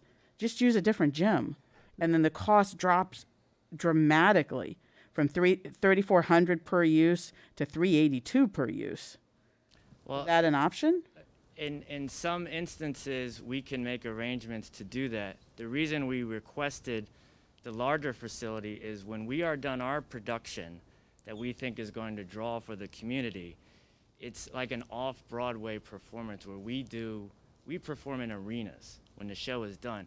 That requires a larger amount of space than what Cornwell has to offer at times. So what we've worked out is to plan on those 8 days that we are there, or 8 weekends, to work on a different portion of the production that can fit within that gym. Have you seen Snyder? My kids didn't go to Snyder, but That's pretty small. it's bigger than the elementaries. Yeah, but it's not big enough for It's not the BHS gym. But again, I don't know what your specific needs are, and I'm I'm trying wondering to if this is think of something something that would help you. I'm sorry, Mrs. No, Fernandez, go- but I'm wondering if this is something we might be able to table so that we can have a better, a more thorough discussion about how we can make this work for you. Because I'm not opposed to making it work. I think you have a great program, and I'd like to hear more about it. There may be a way that we can come up with something for you, but I don't believe that, in my opinion, I don't feel that it would be appropriate to waive such a high amount of fee costs. So if there's another way that we can do it, let's discuss it further. Well, what we are asking tonight, which is part of it, is we do need to begin rehearsing. So we've asked for the rental, and we are certainly willing to discuss the fee arrangement. And we are actually proposing that, if someone comes to you with a higher rate, we can make an accommodation so that you can rent that. We don't want you to lose out on money. We're just here to say we can't afford that much money, but we were supposed to start rehearsing earlier this month. So part of that figure you're looking at is based on November usage that has already passed. So no matter what, that number needs to be adjusted anyway. But we are asking that if you work with us and allow us in, our season could begin, and we could, we could make a working relationship. There's just no way we could afford to pay what it is right now. So Well, there's I would probably- ask you not, if you could just, not table that or our rental permission, and we would be happy to keep, a relationship going so that you can get the I money just, you want. I just think that there's no way that this board collectively can say $122,000 is appropriate to waive. It's just, it's not going to happen today. It's not going to happen tomorrow. I mean, I'm a no. I'll just tell you, I'm a no if it comes to the floor right now. Understand the urgency that you want to get your group in to practice and get this happening. But the amount of the waiver and the type of the waiver, the only thing that you guys would pay for the 5 months is the electricity and the custodian. That's all that would come in. So it is a full waiver minus custodial, lighting, and that's it. So, barring what you just said, that's not accurate. So it is a full waiver request. I would, Mr. Steffi, is this something that we could sort of talk through numbers on? What you mentioned that you do a lot of fundraising and that there are ways that you can make up for the cost. Yes. Are you able to produce information to us to show us your financials and help us to understand what you're proposing as far as fundraising to offset some of the cost? Would you be willing to have that discussion? Of what we did. Okay. And we're certainly open to whatever discussion we need to have on the financials. I just want the board to understand, part of the application is for the rental, or use of the facility. And that's where I'm really asking you, can we get started so that we can? So the rental is approved. Yeah. The what's in question now is the cost to you. The- So in order for us to work with you, we would like to offer alternative options for you, as Mrs. Fernandez mentioned, and perhaps it would be to your advantage to talk to us more about how you can fundraise and support the costs over some time with some different programs that you'd have in place that can help us to narrow down that number of 122,000 and make more sense of it so that you have support from the board. So the waiver, the rental is approved. It got approved in the consent for the current full price. So he's saying he can't pay that. Only way he could use it is if there was a waiver. In my opinion, if we're going to have a discussion on it, then the cost stays and there's no retroactive stuff until there's a decision made. So he'd have to pay full price up until a point was made. So if they can't do that, then we should just call a vote and if this waiver is approved or not. So I'd like to do that. I'd like to call for a vote. What are we voting on, just so I'm clear? A full waiver for the full facilities waiver. rental for the program. And just so you know, my understanding from the proposal that was sent to us is we would still be responsible for paying $19,200. Right, which is just custodial and the basic fees that every club in Bensalem pays. And that's residents of Bensalem, not outside groups from New Jersey. That's residents of Bensalem or surrounding communities. So anybody else that gets a waiver, that's the minimum fees that they would pay total. And I don't recall a waiver ever being this high. I don't know what our history is and what we've waived before, but I don't recall one ever being like this. Oh, we've waived massive amounts for rec. We do them for free because they benefit our kids. This large as well. So that just to answer your question, we'd have done that. I'm not saying it's comparable rentals, but if you're asking about the dollar amount, yes, we have. Those multiple are, years. but the rec program. I didn't say they it's were comparable. I paid was just answering. by She our asked about the taxpayers number. to put their kids through the program. So Not. She Right, just that's- asked about the number. No, I that's know. So I was why I was clarifying. counting I just that, wanted but to you're be right. clear about that. So, Are the members of your group from the area? We have had members from Bensalem, and what we talked to Mr. Zimmerman about was opening up our group for all the Bensalem students. We're trying to energize them into getting into drumline and helping him build the program. We just need a chance to start. And would that be for free for Yeah, Ben Salem yeah. students? We're ready to go and start these clinics for him immediately if you say go. What We age just group? need a chance to start. What age group? Would Minimum of 14. They'd have to be 14-year-olds. See, me, I value Mr. Zimmerman. He is an amazing band leader in our music department, and And know, I have value these his letters if they. if you right. would I like to value see his them. opinion here. You know,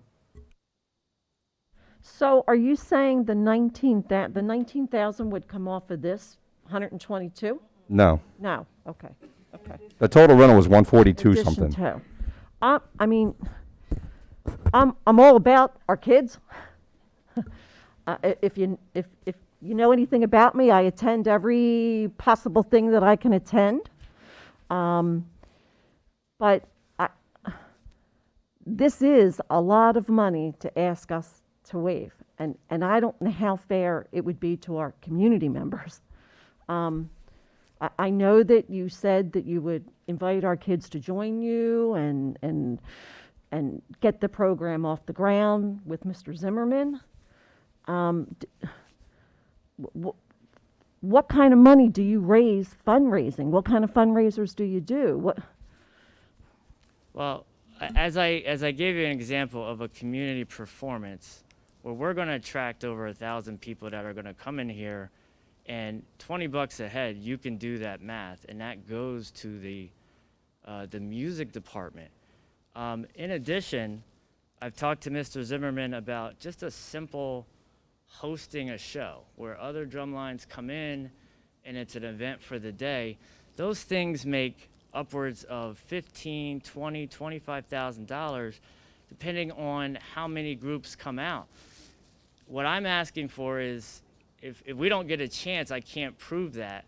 I could show you what we've done, but we're asking for the opportunity to show you. And if you don't think we're living up to our end of it, I mean, we could certainly revisit the issue, but we need a chance. And we're ready to go with Mr. Zimmerman. We've got the dates worked out already. We worked with everybody ahead of time. We did our security deposit, all that stuff. And, you know, I know it doesn't seem like it, but that's a lot of money for a nonprofit. What about doing something like a month to month? We are happy to do a month to month. Because you're asking for this because the program would go out to April 2022. So if we narrow down the timeline and we say, okay, well, you know, if you know that you can raise this much money with the program in this amount of time and it lines up, then you could potentially pay for the cost month over month. No? Yeah, we are happy to make an arrangement for a limited time to show you what we can do. And if you want to revisit it and say, you know what, it's not working, that's fine. We're just asking for the opportunity. Okay. So I would also recommend that we come back to this and discuss it a little bit further, because, well, this is true. I won't be here, but that it be discussed a little bit further, because I guess the way that I'm looking at it is, you know, everybody's saying that we would be waiving these funds. But if nobody is requesting to use the facilities, then it really isn't a waiver. If they're covering the cost of what it would take for our custodians, our electrician, everything that would come out of the district, then it really isn't at cost to us. And it has the potential to service our kids. They're saying that they would open it up to Bensalem students, and I think it would be a great opportunity. for our kids who want and are interested in that sort of thing. So I think, maybe we can all meet halfway. Maybe we can figure out a way to reduce the costs, but also work with you, because I do think it's a great thing that you're doing. So, Mr. Steffi, I have a question. What are we doing about the gym floor? What's going on the gym floor if we have a drum line in there practicing? I would assume that they would be responsible if any damage would occur. I think they sign a waiver, no? Don't we have mats? I can answer that. We actually, because of the productions we do, we are required to bring a mat, and that mat is a 96 by 54 piece of 13-ounce tarp, so that the gym floor doesn't get marked up. And you have liability We have insurance. $1 million in, actually $2 million in liability insurance, and we've already supplied that information. I don't know, guys. You know I'm a sucker for the arts. I was just talking to Michelle, but I mean, look, our music program. We could probably make an argument that all of our extracurriculars are underfunded. Our music program is underfunded. That's not me pointing the finger at anybody. It's just budgetary issues. I like the idea of bringing more music into this area. And when we're discussing things like mental health concerns, we all know that these things, without argument, help with kids and getting out there. It's sort of music therapy. I would like to see negotiations continue. If we had to vote on this tonight, I would vote to waive, with the anticipation that we would still be asking for more money. I would like to see that money go towards the music program. I'd be happy to see it go towards the music program and offsetting other things in our budget. But I would ask that at least a portion of it go directly to the music programs. But I do think we should continue to negotiate and work this out. I think we should make this happen. I would like this to be a good opportunity for our community. So I don't know where that leads us procedurally. That's my only question. Let me ask you a question. How many concerts a year do you do? Well, we can do as many as Mr. Zimmerman wants. We typically perform 7 to 8 times a year. But we would anticipate if you were to say to us, go, like we're going to give you even a temporary use, we can start scheduling the clinics for the kids immediately, so that I don't know the next time this board meets, but say that's January. We could come back in January with the progress, and we could hear it right from the music people. You would have some evidence. January starts our performance schedule.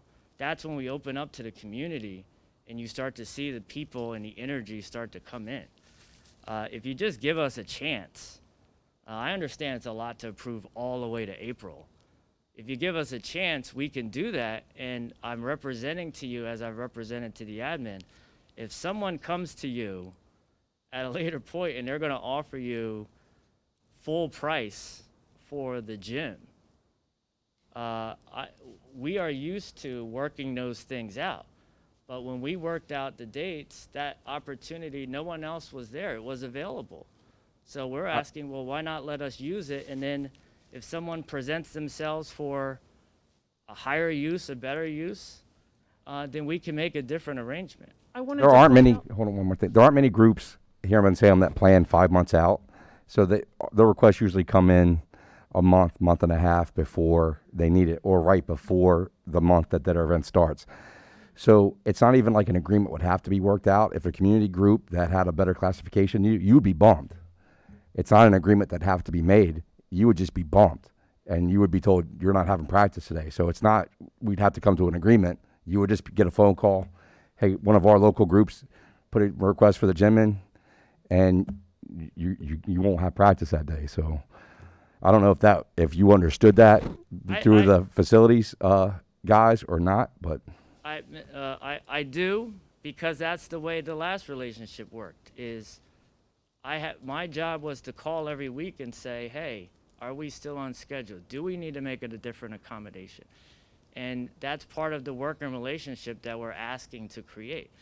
I understand there's going to be a last-minute basketball practice, or there's going to be some team that wants to come in and use it, and that's going to get a higher priority. If we know, we can plan it differently. We just need a heads up. That's all. We want to work with you so that you can maximize and you know, get the revenue that you want. We just need a chance. There were two things. Before anybody asks us, because you were mentioning November 6th was the first, the form wasn't even filled out until October 22nd, so please don't come us and say, why did you wait so long? I mean, that's the date on the form. After a while, I get tired of hearing those questions out in the community. The second thing, for the rental fees, especially when it comes to the wood floor gyms, they're expensive to refinish. So part of our fees go towards covering that, because when our basketball team or any of our teams are playing, we don't make up the money. So anybody renting it. And the third thing I'm not trying to drive up the cost, but I also am questioning the Sunday rentals, because I thought we tried to avoid Sundays. It wasn't tallied right, but just moving forward. I just wanted to point out why the rentals are what they are. It's like wear and tear on a fairly new gym floor. It's really important. So here's where I'm at. We table it or we vote. If we vote on the motion presented, or we amend the motion. I think we should table it.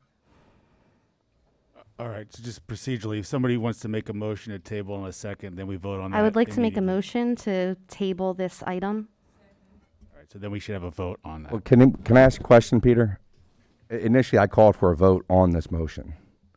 So does her making a motion to table it supersede the call to a vote? So, I mean, I guess right now, was there a second to that motion? I mean, it's before the board on the agenda. I don't know if there was a second, but. Right. But after I made the call to a vote, conversation just continued, so the call to a vote was just bypassed. Can I make a quick suggestion? Because if we table this and it comes back and we're changing it, the motion's going to have to be amended anyway. Right. So can we just remove the motion, not vote on it, instead of having to go through this? It's tabled, then amended, then. Well, you should. I mean, it's before you, so you should do something with it. So tabling is just removing it. I mean, you. Well, but you do Based that on our anyway. discussions and how we can move forward No, to but- make this work. Right, it could be withdrawn. And by the way, we do meet monthly. Well, again, I don't, but this body meets monthly. So there is a voting meeting every fourth Wednesday of the month. I don't know what happens with Christmas in December. I forget. The 15th. It's the 15th. It's actually, right, so this body votes again on the 15th. It's not so far away. So are you asking just to remove this one item and let them, the request has been approved for the rental, so they could start practice and just No, remove? because they They'd have to weren't. pay. They could start practice at full price. Because the That's- rental was approved in the consent agenda. Correct. So this waiver for full waiver, it hasn't been approved or voted on this board. So up until that point, the cost of the rental would be at full cost. Oh, sir, you could also, we've had this happen. You could say, well, I can't come up with a whole 122 or whatever the proper calculation is, but I could come up with 30% of it or 50% of it or 25% of it. I mean, if you really want to just proceed, you're hearing kind of what's going on here. We have had people do that at the podium. I could come up with the 20,000 plus X. We've done that even for the soccer fields. We've done that for all types of things at this meeting. So if you want to do that, I'm just letting you know about that option.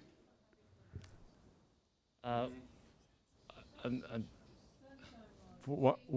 No, you can No, you we've can done amend. that. I mean, look. So the We've done that. sunshine says it's on the agenda.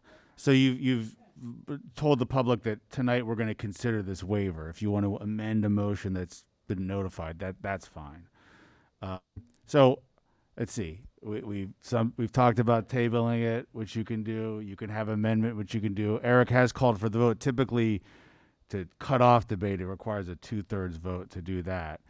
So, I mean, So we table it or we vote on it now, and if we were to deny it, then you would have to represent to us and request another waiver under new with different stipulations. Right. So based on the further discussion that I would say I think it sounds like we would like to have with you, perhaps we can come up with some alternative options for you, and then we can present that at the next meeting for approval if we cannot get this approved tonight.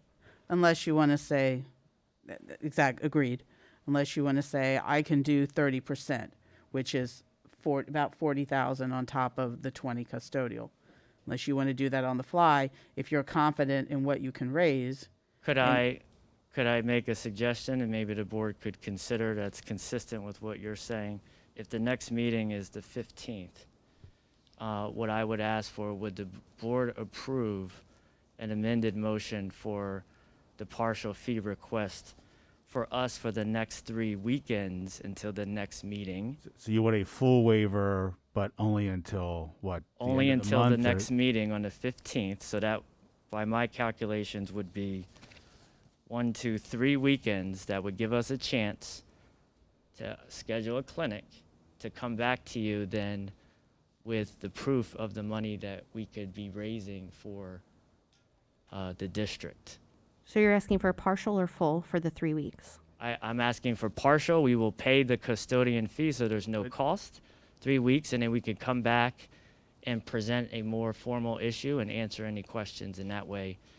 So, but what's before the board is approve a request from United Percussion for a full waiver of rental fees. So I think what you're proposing is that motion be amended for a full waiver of rental fees through, December 17th?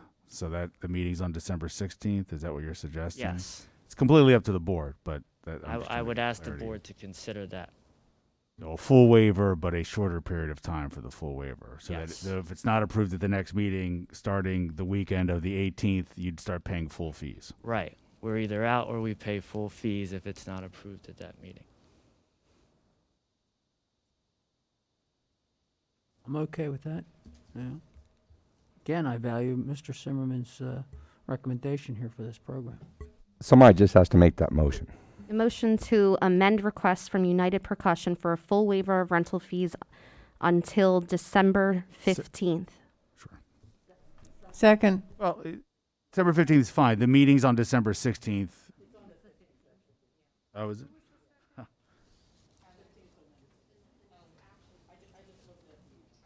I apologize. Thanks. You are, Ms. Benitez.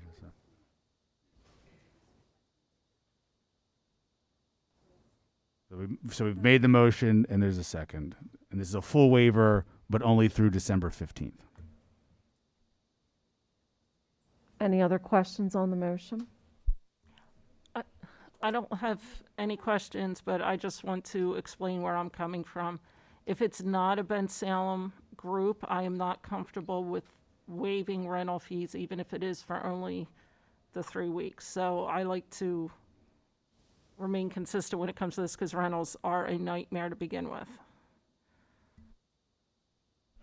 See, the issue is you're setting a precedence here. Yeah, no, I agree. So then So here we let's go. revisit this. The motion's been made. It's been seconded. It's probably time to vote on it. So we have to vote We on shouldn't it. be discussing it any further. Well, I asked if there was any other questions, and we can do that. The procedure is you have to vote on whether you're willing to entertain the amendment, right?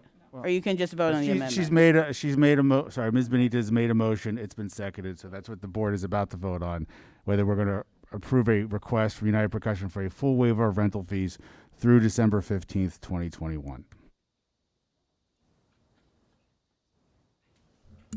Wait a minute, because hold on one second. I'm sorry, because I thought we said that as of the December 15th meeting, we would make a vote, okay, for the full waiver till April.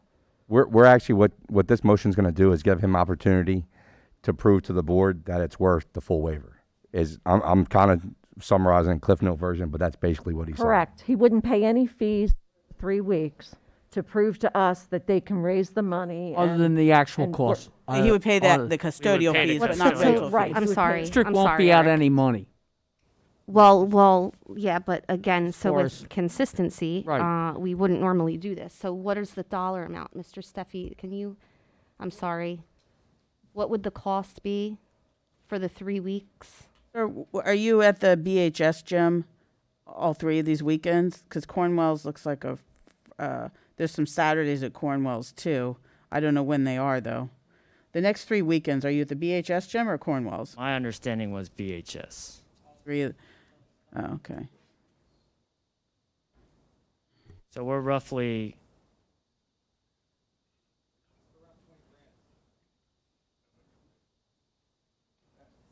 Not for just Wait, that can't be custodial right. and overtime. No. Yeah. No, just For 3 custodial. weekends, John. That's not. the custodial fee would approximately be $1,800 per weekend is what we Because pay. the rental fee for the BHS gym one Saturday is $3,400. Is it Saturday and Sunday every weekend? Saturday and Sunday, and our understanding, I thought it was just one day per weekend. I got it, John. Thank you. And that's covering the full rental cost. So it would be the custodial fee on top of the 20,000. But that's not what the request says then, so we have to amend it. That's what I'm kind of getting at. No, that's what the request says. This was, That's For what it says. full, right. oh, yeah, no rental custodial fees, and we would pay $1,800 roughly per weekend until we come back to you and prove our worth. So what you're waiving, board, would be $20,000 for the 3 weekends. That's what you're waiving. He would cover the custodial fees. And the, For 6 practices. so we had a first and a second. Is there any other questions on the motion? The amended motion, what Michelle proposed. I have one more question on it. Is this comparable? We were just talking about it.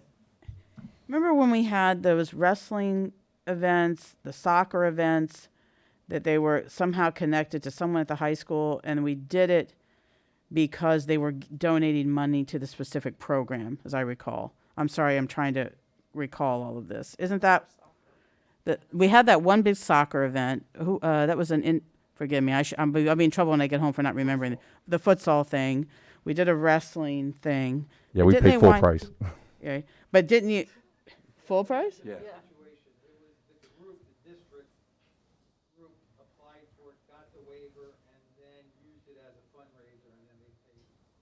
That's what I'm remembering. Okay.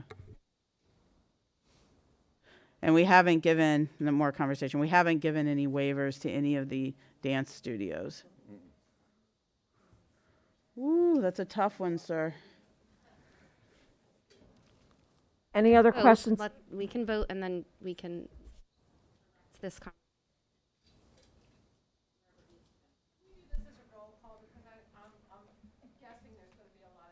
Yes, yes, we can. So we can call the vote. Mrs. Harder? Miss Woods. I think there still needs to be some discussions around how we could make this work. One of the things that was mentioned is our local dance studios and how we charge them and we don't waive the full fees. And I think that's actually a very good point. So I do want to work with you, and I hope that this board, whoever's remaining, will consider it. But I do think that there are still some things that we need to work out. So I'm going to say nay, but I do want you to come back to the next meeting so that we can figure out a way to make this work. Ms. Nicholas. Nay. Ms. Ferrandes. So I just realized we're talking about the dance studios are for-profit businesses. This is a nonprofit, so that's a bit of a distinction. I thought I was about to be in dance mom trouble. Oh,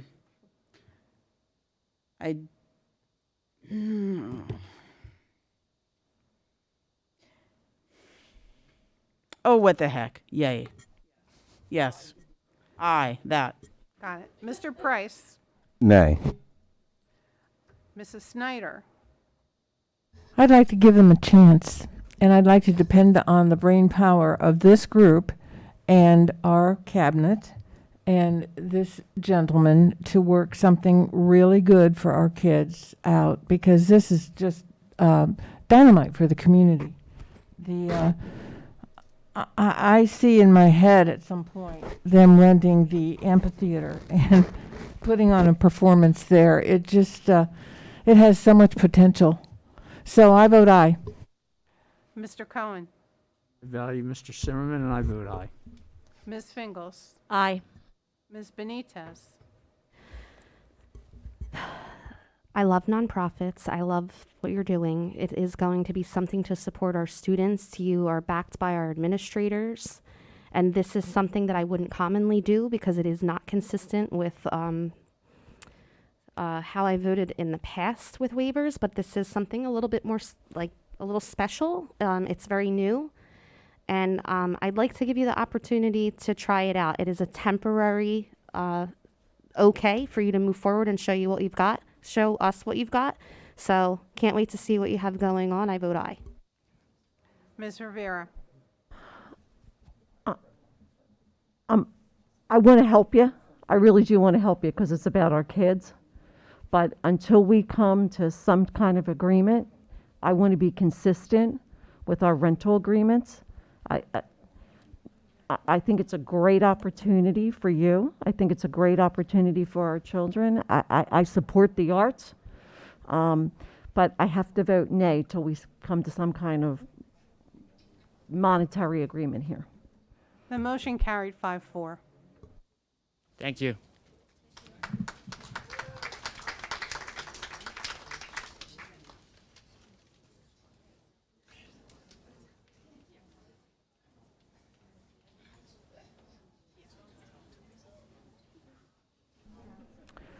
The board did not meet in executive session prior to this meeting.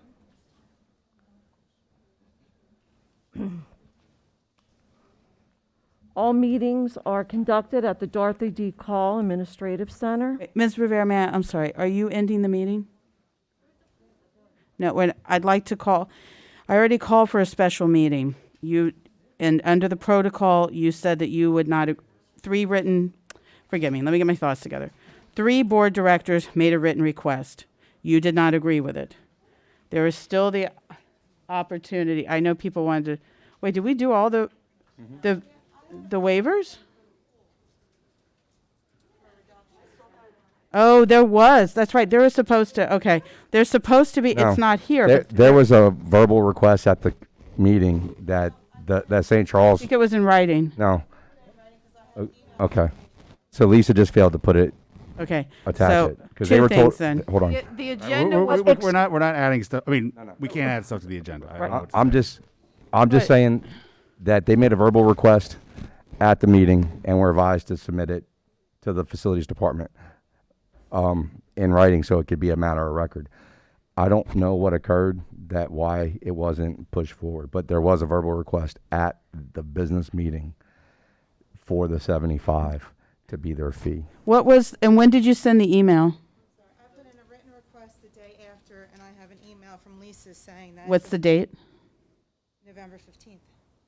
Saying So that should have been on this agenda. A vote for reduction for fees for St. Charles Swim will take place at the school board action meeting on Tuesday, November 23rd at 7:30 p.m. That's what I have here. Oh, there we go. I'm not trying to, so I honestly thought that was attached to our thing. We can't, It's on the paper agenda. Bingo. Oh, thank you. Is it Wait, on let the me see, Ms. online Jess. agenda? No, but the waiver. We know the rental is. All right.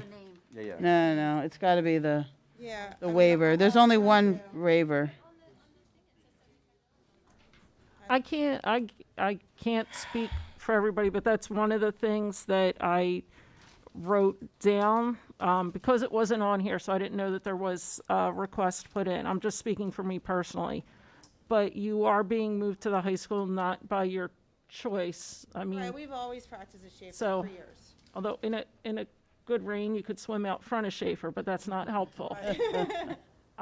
So that, I was just gonna say, if it wasn't already done, that's something the board should consider. We can't vote on it right now because it's no fault of your own, but that would have to wait until next month at this point in time, unfortunately.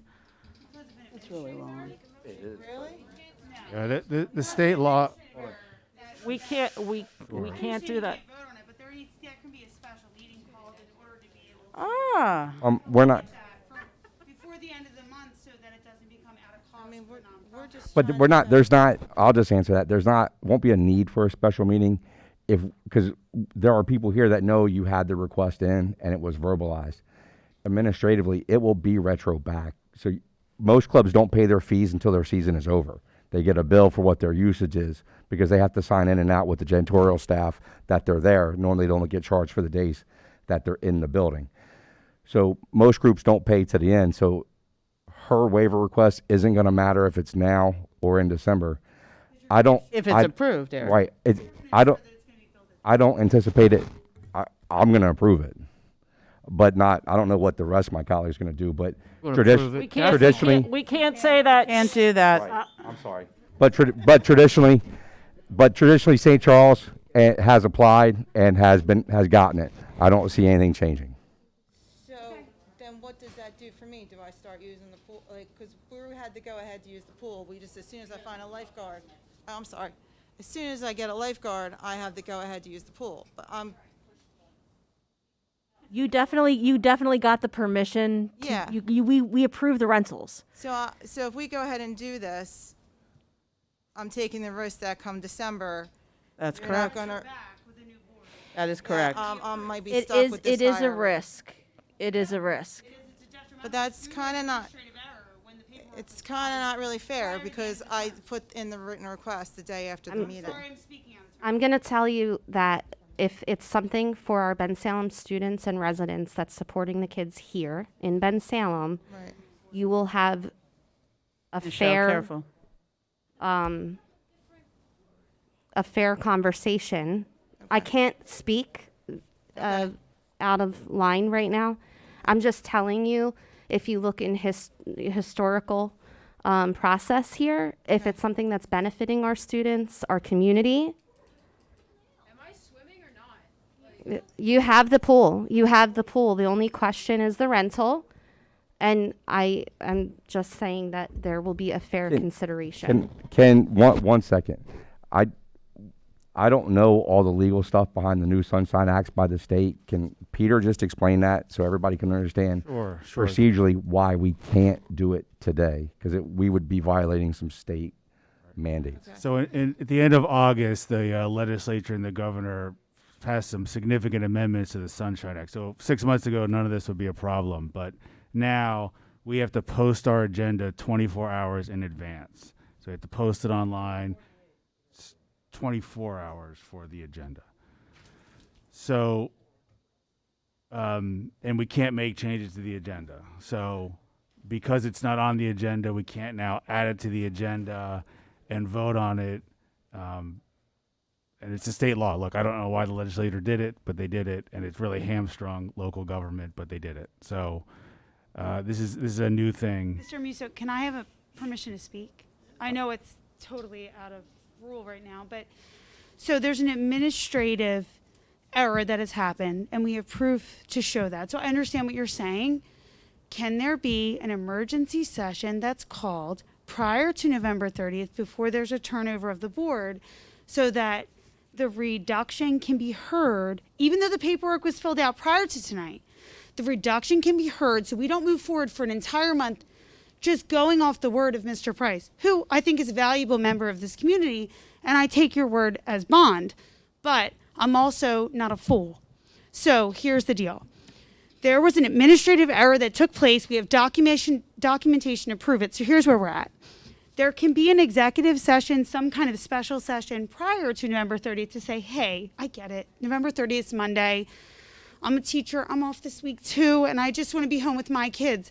But I'm here after a pie bake with my family to say, I want to know we're moving forward with this reduction of rate for St. Charles, and I want it in writing, and I want it official, and I want it documented. Before we put out money we can't afford. We understand as a board there was an administrative error, but we just can't act on it. We can't speak on it. We can't. It's not on the agenda. We're just obligated not to move forward with it until the next meeting because of this state mandate. We understand what you're doing, and we would love to act on it. We would love to. I don't need you to act on it. I need you to tell me what we're going to do going forward. Right. That's You're asking us to act on it, and we can't. So you just go like this? No, on the December. That can't be it, and you know that can't be it. You wouldn't walk away from this, Mr. Price, with this same result. 100% right. You know what? That's why I respect you. So at this point, we This is need to something that have a can be done in mediated reorg. result, Ma'am, and this isn't it. We could vote on this at reorg. No, you I said can't. it could, you the- can no, put no, no, this the- on Sure, reorg. we could advertise Because it it'll vote for on it. reorg. No, I know, I Already know. meeting that for reorg, so. Her concern isn't that it won't be voted on retroactively. Her concern is that with the new board, she's afraid it won't pass. She thinks what she's saying is she thinks that there is support here. That And she just doesn't. That's what she It's said. not an I'm insult. not- Okay. It's not an insult. But you guys don't know anything. The new board, just like when we came on, right? That's We just didn't know anything That's about the something we whole history of things. And when you're sitting here, you'll find out your first few months, you're going to be like, what? You're just, I did the same thing. It's not because you're a good person, bad person, you hate swimming, you don't like the St. Charles. It has nothing to do with that. But you're not going to have the history in the background. This whole thing with the pool, every person sitting here is very familiar with it for a very long time, at least 2 years. So a new board may not have that history and perspective. But it is. And any group, look, this is how legislative bodies work. We're a teeny tiny little legislative body. You lobby people. Well, you know who supports you and who doesn't. And so if you know you've got a group who you've already been talking to and they support you, you want the vote. So please, it really isn't meant to be an insult. No, But it more really than is, though. anything, I'm- It really is an insult to their integrity to this community. It really is. I mean, all the comments about a new board is really. I've been here for a couple years, but that comment to me just undermines those guys, those candidates, board member elects integrity to this community and serving this community. That's why they did it. So I really don't appreciate those type of comments. I understand that they don't have the knowledge base of what's going on, but they should have, if they're valid, good community stewards, they've been paying attention to what's going on, so they have some Mr. type of work Price, to know. they're not here. They are It's here. the definition. They're sitting in the audience But how here do I know who listening they to it. are? I don't. So, Mrs. Rivera, I'm speaking to the people who are in front of me by the microphone. I don't know who they are. So for me, it's the people that are in front of me. It's not that I don't trust the board, and I find that offensive as a teacher to say that what I'm saying is offensive. The new board members, I'm sure, are going to do a fantastic job. Right. And I do trust that they're going to have the best interests of our kids. But you're asking me to go off of I promise. You're asking me to go off of I can't do anything now, but I promise. No, I'm not saying I promise. What I'm saying is we can't vote on it tonight, but we can vote on it at reorg, or we can vote on it on the 15th, and it can be retroactive. And it's the transfer of power. It's the transfer of power. And all I'm asking is that it happens before then. And I feel like It can't happen tonight because it's not on the I agenda. didn't ask for it to be happen. It Well, happened tonight. I don't know when the board could reconvene for it to happen before How about December. Monday when we're not closed anymore? Because that's November 30th. I mean, I can't. I don't think I can have a special meeting from now until December 6th. I don't know who would be available. that's a conversation you would need to have, right, with everybody that's here. And I just feel like I'm being dismissed kind of a little bit. You're not being mockery. dismissed. You're not being dismissed. We hear what you're saying. We understand what you're saying. No one else is reading the room. Can I chime in? I'm sorry. To post a meeting for November 30th, I would have to notify the paper, and it's a holiday weekend, so they are closed. It would have to be published the day before, which would be the 29th, and there's not enough time for me to advertise a special meeting for the 30th. Okay. Okay, and that would be still sooner than the next scheduled meeting, right? I think you stay in the water, and we'll do this December 5th, and I'm sure our new colleagues will. Yeah, we can do it on December 6th. That's the best I can do for you, or the 15th. I mean, Okay. it can be done at reorg. That's better than, At December 5th, also, the only three who will be gone, Ms. Benitez, excuse me, 6th. Ms. Benitez will still be here. It's only Rachel, Vanessa, and myself who will be gone. so I need to make it clear for me and the organization, this isn't a transfer of power issue. This is more of just trying to get it solidified as soon as possible. Not necessarily tonight, but as soon as possible. So I'm sorry if you took that in a way where it was offensive, because you did convey that it was offensive. So I'm going to speak to you directly and say, I apologize for that. I have no doubt that there isn't going to be a level of respect with this. I mean, you're saying, like, I promise it's going to happen. Well, I mean, you don't have. You can appreciate as a treasurer how I promise it's going to happen isn't the same as it's been voted on, it's going to happen. Right. I mean, the problem is the facility rentals, there's a long history of things not kind of being streamlined, right? And so it's very hard for you two to stand here and trust that something's going to happen when in fact you trusted, you followed the process. It should have been on the agenda Well, tonight, especially and since it didn't should have happen. been here and it wasn't here. So And your concern with trust and that things are going to happen procedurally is not misplaced. This has been going on with facility rentals since 2018. It's gotten much better recently, but there it is. But I make mistakes all the time, Mrs. Fernandez, all the time. It's okay. It should have been on the agenda tonight. The paperwork was done. We showed up at the facilities meeting. We did the verbal request and then followed through with the paperwork, and it's not here. And I just feel like publicly we're being a little bit wrung through it here. When we did what we were supposed to do, and it wasn't And on the I agenda. understand that. I understand you did everything and that it's not on the agenda. But unfortunately, the law doesn't permit us to vote on it tonight. Yeah. So I'm saying that we can vote on it December 6th, or you can wait till the 15th. That's our options. I don't know what else to tell you. December 6th, then what do I have to just contact Lisa and make sure it gets on the agenda for the 6th?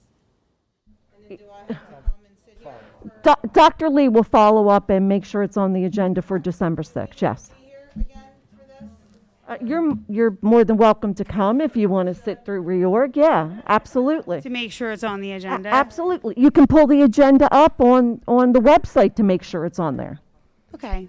Thank you. Yeah, I just saw it written and I just thought facilities rental, I thought that included the whole thing for us. Okay. Thank you. All right. What, before we start talking about that, Mrs. Rivera, Mrs. Nicholas wants to say something first. Just before the next bout of chaos, I want to thank the 33 teacher mentors that we have this year. Those are, especially for new teachers, that's an invaluable resource to them. So we have 33 this year, and I'm just wanted to give you a shout out, and no pressure, but make them work.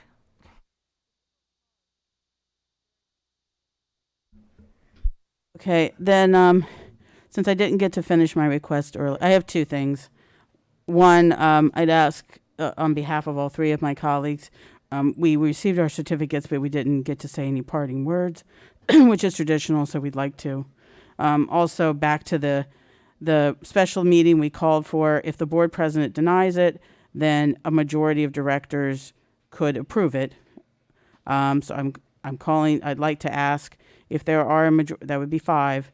If there are 5 directors in favor of calling a special meeting in the event that there's a DEI officer to approve, because it certainly could be that this board meets this person and says no, but I haven't met them myself. You just don't want to lose good talent. That really is So may we Where? call the question, since we called for a special meeting and it was denied by the board president, we are asking for a Let's special say meeting. that one more time. The special meeting was denied by the board president. Right. Everybody So- understand that? Yep. So the policy, Mrs. Rivera, if you'd like to read it, 006 under special meetings, it can also be called by a majority of directors.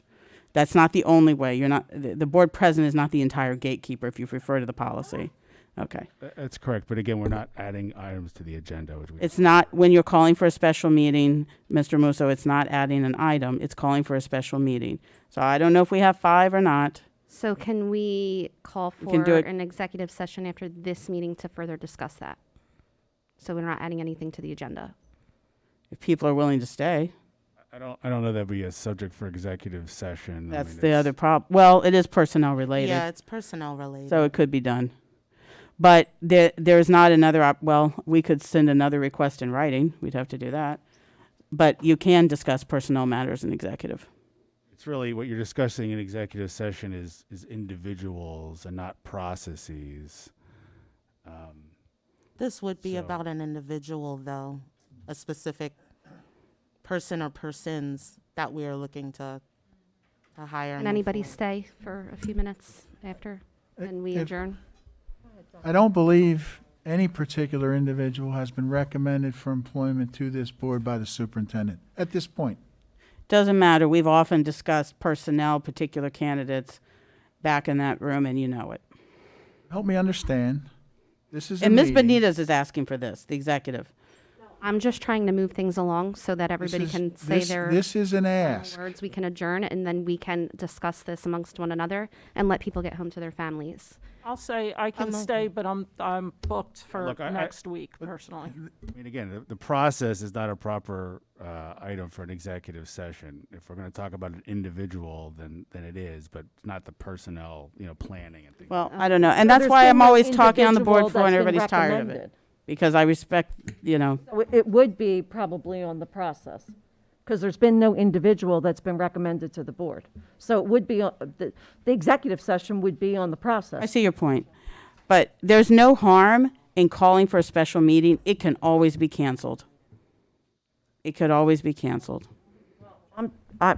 I'm not approving a special We meeting. understand that. That's the reason I'm asking if there's no harm in, it could be canceled. But again, we're not voting on it because it's not on the agenda. You don't, a special meeting, then tell me how that provision works. How do you find out if a majority of the board, Mr. Musso, I So often, appreciate your vigor on behalf of your superintendent, but there's no other way to find out about a special meeting if you don't ask the board when they're assembled. It's not an agenda because there would not be a meeting tonight. It would be to call a special meeting. So This is the only way to determine it. you're asking the board to vote on whether to have a special meeting to hire somebody, and that's certainly adding it to the agenda. To set a special meeting for hiring if in the event there is someone to hire. You can do that.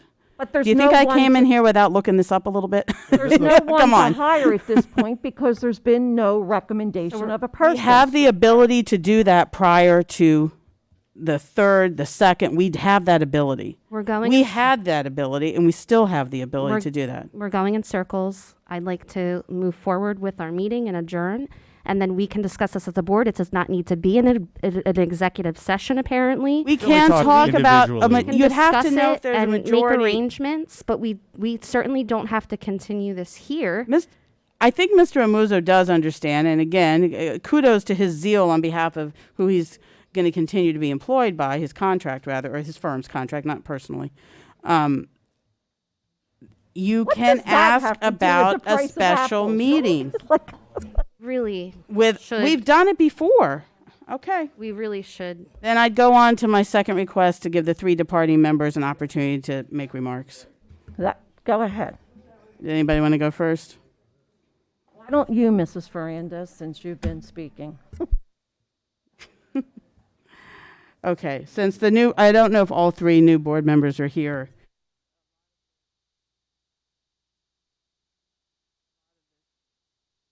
Sorry, some of this is directed for them. Okay, so I began my 4 years here with many hopes for our children and our community. Unfortunately, in looking back, I see that while progress was definitely made, so many things have been left undone or delayed without good reason. And I just want to highlight a couple because I want to urge the next board, the incoming members, as well as those who will stay, and I guess the person yet to be identified who will take Ms. Benitez's place. Our middle schools. In 2018, I raised, and Ms. Fingles and Ms. Woods and I submitted a memo asking that we undertake a plan to get 6th grade back to the middle school. That's the one thing when I got on the board that every single person in this district seemed to agree upon. That we would look at redistricting to even out our elementary school numbers, and that we'd accomplish some much needed upgrades to our middle school buildings. This didn't happen. The superintendent repeatedly committed to guiding the board through this process. As recently as this spring, we as a board committed to getting through the process of making a decision regarding how to proceed. We agreed we need to finish this process after all of our meetings with architects and people who looked at building capacity and all of those things. We agreed that we should finish it so that the new board wouldn't have to start over. And we didn't do it. We allowed the district to stall and delay.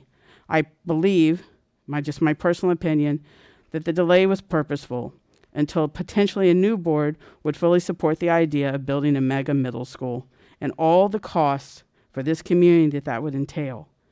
The architect was clear that any project, upgrades, mega middle school, whatever it be, new construction, would likely take 5 years once approved.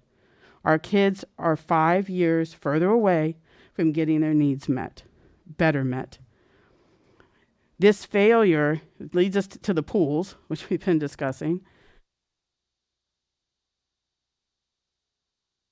This failure to address this topic of our middle schools has other implications. This whole pool debacle and not having a second pool and not having, when the BHS pool, through no fault of this board, it fell into a state of disrepair. There was a repair problem.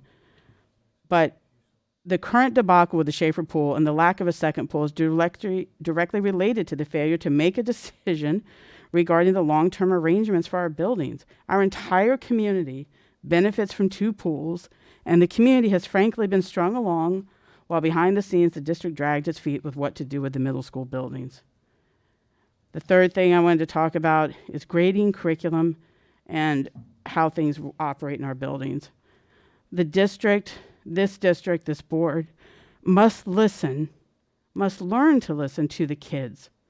It's a running joke that I'm always talking about the bathrooms. So I started with the bathrooms, I might as well end with them. In 2018, I talked about the Struble bathrooms, which really need upgrades. They didn't happen. In 2019, I spoke about the locking of bathrooms at BHS to the point where children could not find an open bathroom or our girls attend to their personal hygiene. And here we are again in 2021, again locking bathrooms rather than thinking of creative, out-of-the-box ways to address the children acting out at school. The children have reached out about the content of classes throughout my 4 years. Kids who I don't even know will message me. Most recently, they came here and stood and talked about the grading policy. Their voices are being ignored so often. They're given the runaround, which I can relate to. The principal met recently. The principal met with at BHS, met with the homeroom leaders about the grading policies. And according to the kids, this resulted in circular answers, and by the end of the meeting, telling them that nothing was wrong. Since I began my tenure on this board, as I said, kids have reached out to me. I was sent a screenshot of a group chat between these homeroom leaders expressing their frustration. They felt it was all a waste of time, and the result was they were told there were no problems. This can't continue. Problems cannot continue to be hidden. We must speak about these things openly, and we must listen to our students. They deserve better. So, as I exit, I know many of you are very happy to see me go. You stated on the floor of the board that you're tired of hearing me talk. But everyone forgets that the board floor, or open committee meetings, public committee meetings, are the only legal place where we can discuss things. I was constantly admonished for not keeping arguments and disagreements behind closed doors. Somebody said that tonight even. Why air it publicly? I've been asked numerous times. Because discussions, as our solicitor reminds us tonight, discussions are not supposed to be behind closed doors. It's a violation of the Sunshine Laws and our duty to the community. And I took that very seriously. So, to the community, if you don't see discussion and disagreements on the floor of this board, that means one of two things. It's going on behind closed doors where it should not be, or everyone's just rubber stamping what the superintendent wants. Neither of those are positive things. That's the way things occurred before December 2017. And as annoying for everybody, myself included, as a lot of these discussions have been, discussion should happen before the public, not elsewhere. So I encourage the 3 new members to keep up, as unpleasant as it may be, and maybe you won't have differences of opinion, I don't know. Keep up the public discussion, the transparency, and make yourselves available to the kids.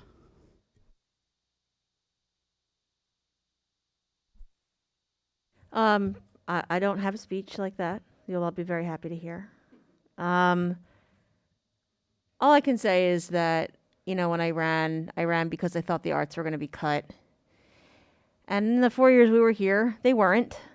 So that's a win. I'm very honored to have served here.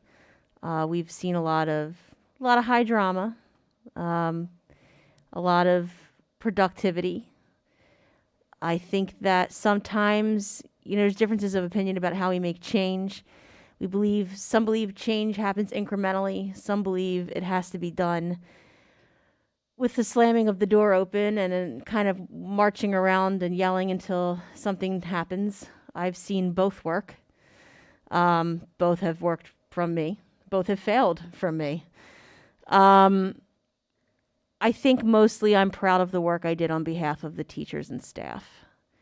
I think that they, more than anybody, truly, and I don't mean this in any disrespect to any administrators who are an integral and essential part of everyday functioning. Without them, without the people who clean our classrooms, particularly in the last nightmare of a year and a half, 2 years, whatever it is now, without our teachers, without our staff, our extraordinarily underpaid staff, we don't have anything. And I think that this district did a tremendous disservice to our teachers in the last contract negotiations. And I suspect, and as I've alluded to this, and I have flat out said it, that in a couple of years when their contract is up, they're going to come back with a vengeance. And I don't think they're going to believe the bill of goods you sold them last time. So do better, because I'll be standing with them next time they're here on that side of the podium. I hope that I did right by them. I've tried. If I haven't done right by them in some aspects, then my apologies.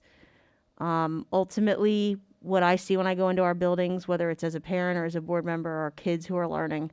And at the end of the day, that's really all we can ask for. Kids who are learning, kids who are loved, and kids who are told that they are worth it. So I appreciate the time I've spent here. And I appreciate the time that you've given me to express that. So thank you.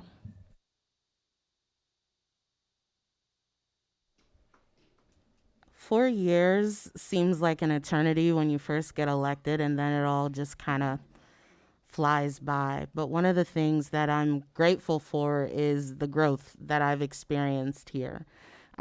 It's contributed to my own personal growth and my professional growth. When you're sitting on the other side, there's a lot of things that you might critique and feel like you could do better. I was at that space. That's why I decided to run. And when you get in the seat, you learn a lot about the processes, about some of the barriers, and about some of the nuances of things. And I think my advice to the oncoming board members is to just vote your conscience and do right by our students, because at the end of the day, we can disagree about a lot, but I think the one thing that we all agree on is that our kids deserve the best and that our kids are worth it. And so one of the things that I am happy about is that I'm hoping the politics will be out of it. We will have a majority board that will be of one political party. And so now nobody can say it's politics. So I'm hoping that we can just focus on keeping the main thing, which is our kids. I'm hoping that we can stay consistent with our strategies and our policies. You know, I think one of the biggest things that just sticks out to me from this meeting tonight, and I wasn't going to say this, but I think that I will, you know, when we have policies that are inconsistent, it breeds a lot of mistrust. In the same way, you know, we made a hire for some folks and we just based it on a resume and we didn't base it on an interview. I think that that was a disservice to our community and to our students. And so I'm hoping that as we move forward, there's a bigger push for transparency and that there's a bigger push for inclusion and that there's a bigger push for better communication and accountability. I think that that was one of the biggest things that was missing. And so change, as uncomfortable as it is radical a lot of the times. And sometimes you fight and you win, and sometimes you fight and you lose. And I think that for me, in this experience, I've experienced a lot of both. And I just want to personally thank my colleagues for all of the lessons. We might not have always agreed, but I truly do believe that at the end of the day, all of your hearts were in the right places. I am both honored and excited to have served my community these last 4 years, and I wish everyone the best moving forward. And I'm sorry, and I forgot to say that. Thank you. And it, you know, as contentious as it's been. And I also want to specifically thank the cabinet, which I'm sorry I forgot to do. I knew Mr. Cohen's going to miss me, hearing his name every meeting. So I want to thank the cabinet. We have a very talented, Mrs. Leon and Dr. Velasquez aren't here this evening. We actually have a very talented cabinet, and all the principals and the teachers and everyone who I've had, and the PCAs, everyone that I've had the opportunity to work with as well. I don't think they get enough kudos, any of them. So thanks to everyone. Thank you. The board did not meet in executive session prior to this meeting. The upcoming board meetings are December 1st, which is the Public Relations and Community Outreach Committee. December 6th is Instructional Affairs Committee. December 6th is also the annual reorg. December 7th is Personnel Committee. December 7th is also the Policy Committee. December 8th is Business, Facilities, and Technology Committee. December 13th is the Co-Curricular Committee and Sports Association Committee. December 15th is the regular action meeting. And December 16th is the Diversity and Inclusion. Ms. Rivera, can I actually make just a slight correction? This actually came up in our last meeting that we had for DEI, and I didn't even bring it up. So because there's going to be a change and we're still waiting on the hiring of the DEI officer, one of the recommendations was to hold the current members until the DEI officer is in position, and then they will help with that selection process. So I don't know how that's going to play out in terms of having a meeting on the 16th, but I know that there needs to be some sort of notice given if that meeting isn't going to be had. So I just wanted to put that out there so that everybody's aware. Thank you. And thank you to Mrs. Harder and Mrs. Fye. I'd like to entertain a motion to adjourn the meeting.